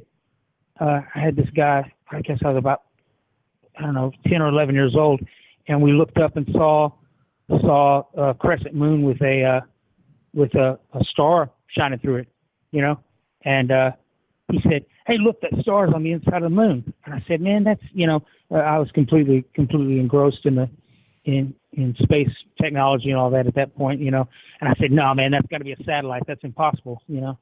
But I can remember situations where I thought, you know, that just doesn't seem right. But it's pretty amazing the level of deception that they pulled on the world. You know, I really believe it's a grand illusion that they talked about in Daniel. You know, where then the entire world is just completely engrossed, and you know they can't seem to. It's almost impossible to break people free from the mind control that they've got over them. You know. Yeah. Yeah. Boy, we totally agree really with amazing. that. Well, hey, you know, I really appreciate you guys answering the phone. You know, I'm in Houston, so I've been around NASA my whole life, and you know, I remember back in the day, I thought I coined the phrase "nassholes" because I had to be on the road with them. But you know, when it came down to it, there's you know, I had a buddy of mine that worked for Boeing for 20 years, and I tried to convince him that the Earth was flat and that it was all an illusion. We sat out in the parking lot for 6 hours while he tried to find pictures of satellites, and you know, it's amazing the lengths that people will go to try to stay immersed in this delusion they've got everybody in. Yeah. But thanks a lot. Y'all are doing a great job. I love listening to you. You know, like I said, I can't believe I got on the air. Fantastic. Yeah. You guys are really inspiration. Thank you. Oh, Thank thanks, you very much. Go ahead, John. You were going to say something? I was just going to say pretty recently, I forget the name of the guy, but there's a guy, I think he might even be a pastor, but he goes through lots of documents from these big contractors. Like, I don't think maybe it was Boeing. Oh yeah, Dean Odle. Dean Odle. Yeah. Yeah, and I so watched, like for me, you know, like document evidence isn't that doesn't hold that much sway with me because I've known the Earth's flat for so long. But there's a lot of people that that have that sort of mindset where it's because of the technical aspects of it, and he's worked for Boeing, and it's hard for someone to imagine that Boeing wouldn't know that the Earth is flat. But apparently there are a lot of interior documents of this sort where they assume a flat and motionless Earth for all of their designs and all of their simulations, and that sort of thing is really helpful with that sort of globe Earth believer. Yeah, he really had a treasure trove of documents from basically all of the space agencies, and you know, in it I can't recall what they all were, but there is really. I watched both of those. I watched both hours of his deal. I've been kind of homebound for the last year because of an accident I had. So I've watched about everything they got on YouTube. Yeah. Awesome. All right. Well, thank you so much for calling in. We're thrilled. Hey, that well, you guys, got through. thanks a lot. You know, appreciate y'all. Have a great day. All right. You too. All right, Bye-bye. man. All right. Excellent. Okay. Well, that was pretty cool. You know, I kind of like doing these phone calls every once in a while. We should probably do them more often. I see why you like them, Jaron. Yeah, and I think remember when we used to do that, probably should talk about this off air, but remember when we used to have those 3 people that would win a chance to come on the show? I think John, that we almost got a strike for, or did we get a strike for that? Did we? Well, remember, it was something about we were basically kind of saying, okay, well, here's kind of a lottery to be able to come on the show, and I thought we had some sort of issue with that. Yeah, we found out you're not allowed to do that, but I still like the idea of anybody who's willing to come out and talk, because sometimes I think that so many channels that maybe don't have a lot of subscribers or people that can't voice, I'm afraid that there's things out there that they know, have seen, and they just have no way of getting that information out. So sometimes I think it's awesome to hear people who have unique ideas, or maybe who thought of something that all of us are too dumb to think of.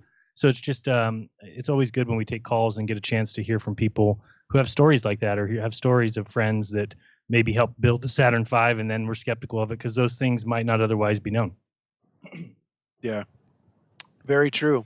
So yeah, well, maybe we can, figure out a way around YouTube's policy on that, where we can, have people that have those stories, maybe via email or something, and it wouldn't be a lottery. We, if they have something maybe compelling that they send us, and we could say, okay, well, we're going to do a type of show, maybe once a month or something like that, where we can have these kind of people on. I think that would be really cool.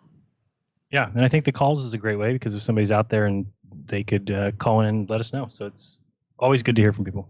Yeah, but yeah, when we definitely had an issue with YouTube, because they didn't like the idea that we were basically having a lottery, more or less. Jaron, I think, said send an email to such and such address, and we'll randomly pick the viewers, and then we'll let you know. And for whatever reason, YouTube didn't like that. It was like we were giving something away, which was stupid. Yeah, like that's a prize or something. Yeah, really. Especially maybe there's some TOS violation in there, but somebody, I think, would have to flag it. So it's just more of the trolls doing whatever they can to hurt us. Any sort of little thorn in the side they can give us, they'll do it. Yeah, agreed. Ain't it the truth? So anyway, well, I don't know about you guys. I've been kind of looking at this Jay Tolan Media video in the background. Wow, I cannot believe some of the clarity of the shots that he's got. Of course, in this particular, there's like a lot of noise in a lot of it, but some of it, especially the ground shots, holy cow, what beautiful resolution. I'm really looking forward to watching this video. So I'll even post it in the show notes afterwards, but he just released it, I don't know, maybe about 45 minutes, like an hour ago, something like that. So very cool stuff. So, all right, well, I think, guys, that's about all that I have. So I think I'm going to go around one more time before we close out the show, and see what everybody's up to before we call it a show. So, Eero, since you've been the quiet one the last half hour of the show, we'll start with you. And what do you got going? I so quiet because in the phone calls I have a little problem to understand what you're talking about. You have a lot of gradient of people that calls, and everyone has their own accent, particular in the way of speak. So for me, it's a little difficult to participate in that. But totally get that. Here, I think I say at the beginning of the show, I'm gonna have a conversation for the Spanish people with Rodrigo, which for me is really a great next step in the flat earth movement, in the terms of that, if guys who are scientists with credentials, because being an anthropologist is being a scientist for the way of thinking in the majority of the people, presenting this kind of flat earth movement of the 20th century, 21st century in university style, with university place, environment, academic environment. That means that we are growing each day, never. I think it would be happen, or nobody thinks that this movement is going to grow so fast. So that for me is, I like to see the flat earth not only as a science part, but also in social things, because there is our real life, being in touch with other persons and trying to share this with our friends or family or whatever. So presenting this kind of information to the community, scientist community, in this kind of way, for me is really nice. So I'm gonna talk with him, and in a few weeks we're going to make the weather balloon launch. So and I have also been in in the last 14 days, like in 10 radio shows. So here is growing up really quickly, the flat earth subject. Yeah, absolutely. I'm glad you got a hold of Rodrigo, Eero, because I definitely arranged that meeting, and I really hadn't heard back if you had talked to him. But yeah, that's I awesome. have traveled to in fact I really appreciate, Bob, that you give my contact to him, because I can't participate in the interviews because from my work and other things. That is why The last two shows I don't be with you, but after seeing that documentary, after seeing that presentation, I take contact with Rodrigo and we share some ideas, and after that he agreed to come and talk with the Spanish people. So that's great. Thanks. Oh, that's beautiful. Yeah, for those of you who don't know who we're talking about, there's a gentleman by the name of Rodrigo Ferrari Nunez, and I hope I pronounced that right.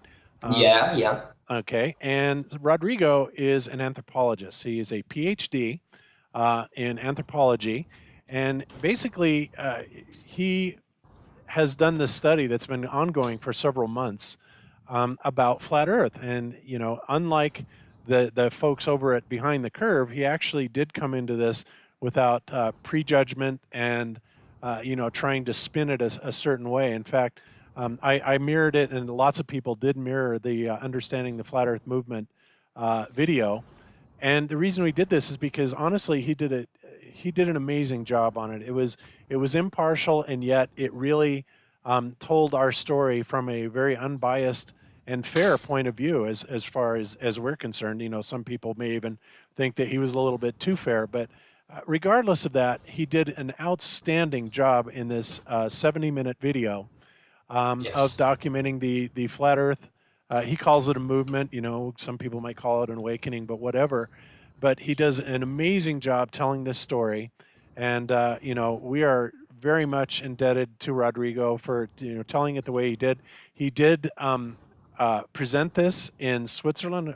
Was it Bern or no, not Bern? I can't remember the city that he presented it in, but Estocolmo. I'm sorry, where? Estocolmo, in Sweden. In Sweden, okay. Stockholm. Oh, Yeah, Stockholm. Right. That's right. Stockholm, Sweden. Yeah. That's what it was.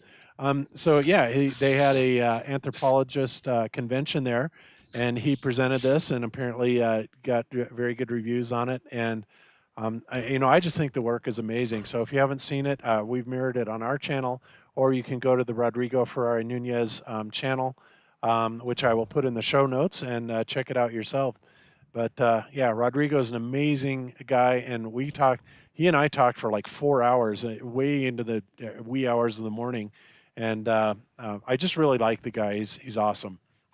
Yes, I totally agree. He's a really nice person, and he made this totally unbiased and with the objective of trying to, the people out there respect researchers with different opinions and different point of view. So it's really, he put a lot of keys in the flat Earth understanding, movement, really, organizes, and he make a really, really great work. Yep, absolutely true. So, all right. Beautiful. Well, we'll be looking forward to seeing your balloon experiment, obviously when it's done. And, we love those balloons, and I hope you don't have the problems that we did on our first launch where we lost it, but, that's always a risk. And also, like I said, if you want an additional tracking unit, just let me know. I'll send it to you. Okay, that's really nice to Chester, man. Thank you. All right, beautiful. All right, so next up, John Morgal, what do you got going on? Not much, man. Just taking it easy for the Labor Day weekend, and I've got a video I'm working on. I should have it out this week or the following. So just working on that when I can, man. But awesome show. Thanks for having me, man. All right, anytime. Always a pleasure to have you. And last but not least, Jaron, what do you got going on besides all the crazy stuff? Oh, maybe a little update on have you heard any more about the Freedom of Information request? Yeah, well, it was pretty funny that I sent them the email saying, "Hey, you sent me the completely wrong spacewalk," and then they said, "Oh, let me look into that," and then they got back to me and said, "Yeah, we did. We apologize. Please send it certified back to NASA." And I said, "Okay, where's the label? Where's the what shipping account do I use?" And they said, "Oh no, you need to pay for it." I said, "I need to pay for your mistake." No, sorry, that's not going to work that way. You should have told them they had to pay you like $2,000 to send it back for administrative fees. Well, yeah, the girl got mad at me because I then took every NASA email address I could find and put it into the email response, which basically said, no company in their right mind would ever charge a customer for their own mistake, let alone a taxpayer company. So I said, this was absolutely your mistake. You've admitted it. And so now you need to provide me with a label, which they did. And that'll go out Tuesday. So they'll get the hard drive back. It just makes no sense either, because they said, send the hard drive back so that we can take the videos that are on there off and put the right ones on, which is ridiculous, because originally they told me they needed a brand new hard drive because of the threat to their systems if I were to send them a used hard drive.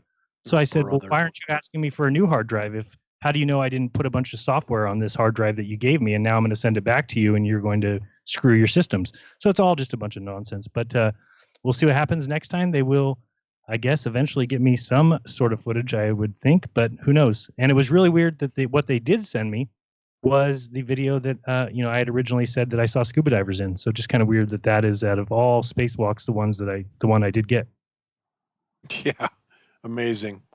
Wow, they are just not going to make it. But you know what? Like I said, I really think you got them by the short hairs on this one, because, what are they going to do if this doesn't exist? How are they going to manufacture something new, and make it fit in with what you've already got?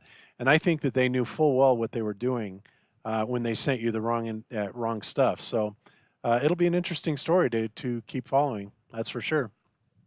Very much so. So that's it. Nothing else new. I do have my hands on a modded P900. I think it's awesome. It is really amazing what you can see through these things. So I recommend to anybody that wants to take the chance. There's a couple channels out there. I know Nathan's channel and some other people that have shown their modification live, so you can see exactly how it's done. So something really cool. And I just wanted to thank everybody that did come out and help on Thursday. And that was Josh and Nathan and Wendell. And then Carlos as well came out and was on the other side. So it was appreciated. And everybody had a good time, I think. And it was very interesting to see what you can see through these IR cameras, because it's almost amazing. It's like you are an X-ray machine or something. You're looking at the viewfinder, and then you look up and you realize that you can't see anything that the viewfinder's showing. So it's pretty unbelievable. Yeah, in fact, I believe that is related with the Santinelli telescopes, which use concave lens instead of the Galileo telescope setup, which use a concave lens, and you can see a lot of strange things in the upper atmosphere. I don't know if you are aware of what I'm talking about. Well, I've seen some really interesting things with Chris Van Matre's Nightscope IR or night vision monocular. Wow, those things are a trip. Yeah, I've heard that you can see like little things flying in the sky everywhere. I've never seen. Yeah, but if you don't look, if you don't know with this Santinelli, which was an Italian guy in our century, still alive, which changed the setup of the telescope, changing the lens, and that is a really weird things, and it's start to open the game to see other things out there. Hey, Bob, I'm confused then. What is the difference between regular infrared and the night vision that you're talking about? What would need to be done in addition to taking out that filter and then putting the IR cut filter or whatever on the front? Well, I'm no expert on this, but I think the difference is they have different wavelengths of infrared. They have the short wave infrared, medium length infrared, and long wave infrared. And I think it's the long wave infrared that is more sensitive to being able to see either in the dark or heat, because they also use it for heat signatures. So don't take what I say with a grain of salt, but I think the difference is what spectrum or what particular part of the infrared light spectrum they're using. I think that's what it is. And then, yeah, because what we were doing was getting like a heavy red tint or a pink tint to it. And then I had to go back after and look into it and saw that you want to take your white balance and do a photograph of something really bright green. And then that will bring your video into a black and white spectrum, or black and white color. So just in case people didn't know that, or if they've modded it and are getting just a real red tint or a pink tint, that I think the way that JT Nolan must be doing it is to then take a white balance photograph. You can kind of set the white balance of whatever you want and put that at something really bright green, and then that gets rid of that. So just in case anybody was looking into that. Yeah, and I'm sure JT would be happy to elaborate on it I think you have his Skype information. If not, I'll send it to you. I do. Oh, excellent. Okay, cool. All righty then. All right, guys. Well, again, I just want to announce again, this Wednesday, September 5th, is the FE 5280 meetup at the Goosetown Tavern in Denver from 6 p.m. to 9 p.m. And I will be there that night. Cammie and I will be there. So if you want to come out and talk to us, by all means, please come and see us. And then the other thing, like I said, is Chris Van Maitre is looking for volunteers to do his experiment, the Force the Love Line experiment, on Saturday, September the 15th. His email address is broncosno1fan, meaning Broncos #1 fan, at msn.com. I will put that in the show notes afterwards. We need 3 volunteers to run the level rods and a couple people to photo document the event. And like I said, even if you don't have a camera, we will have an abundance of cameras that we can certainly loan you if you want to play photographer or videographer for the event.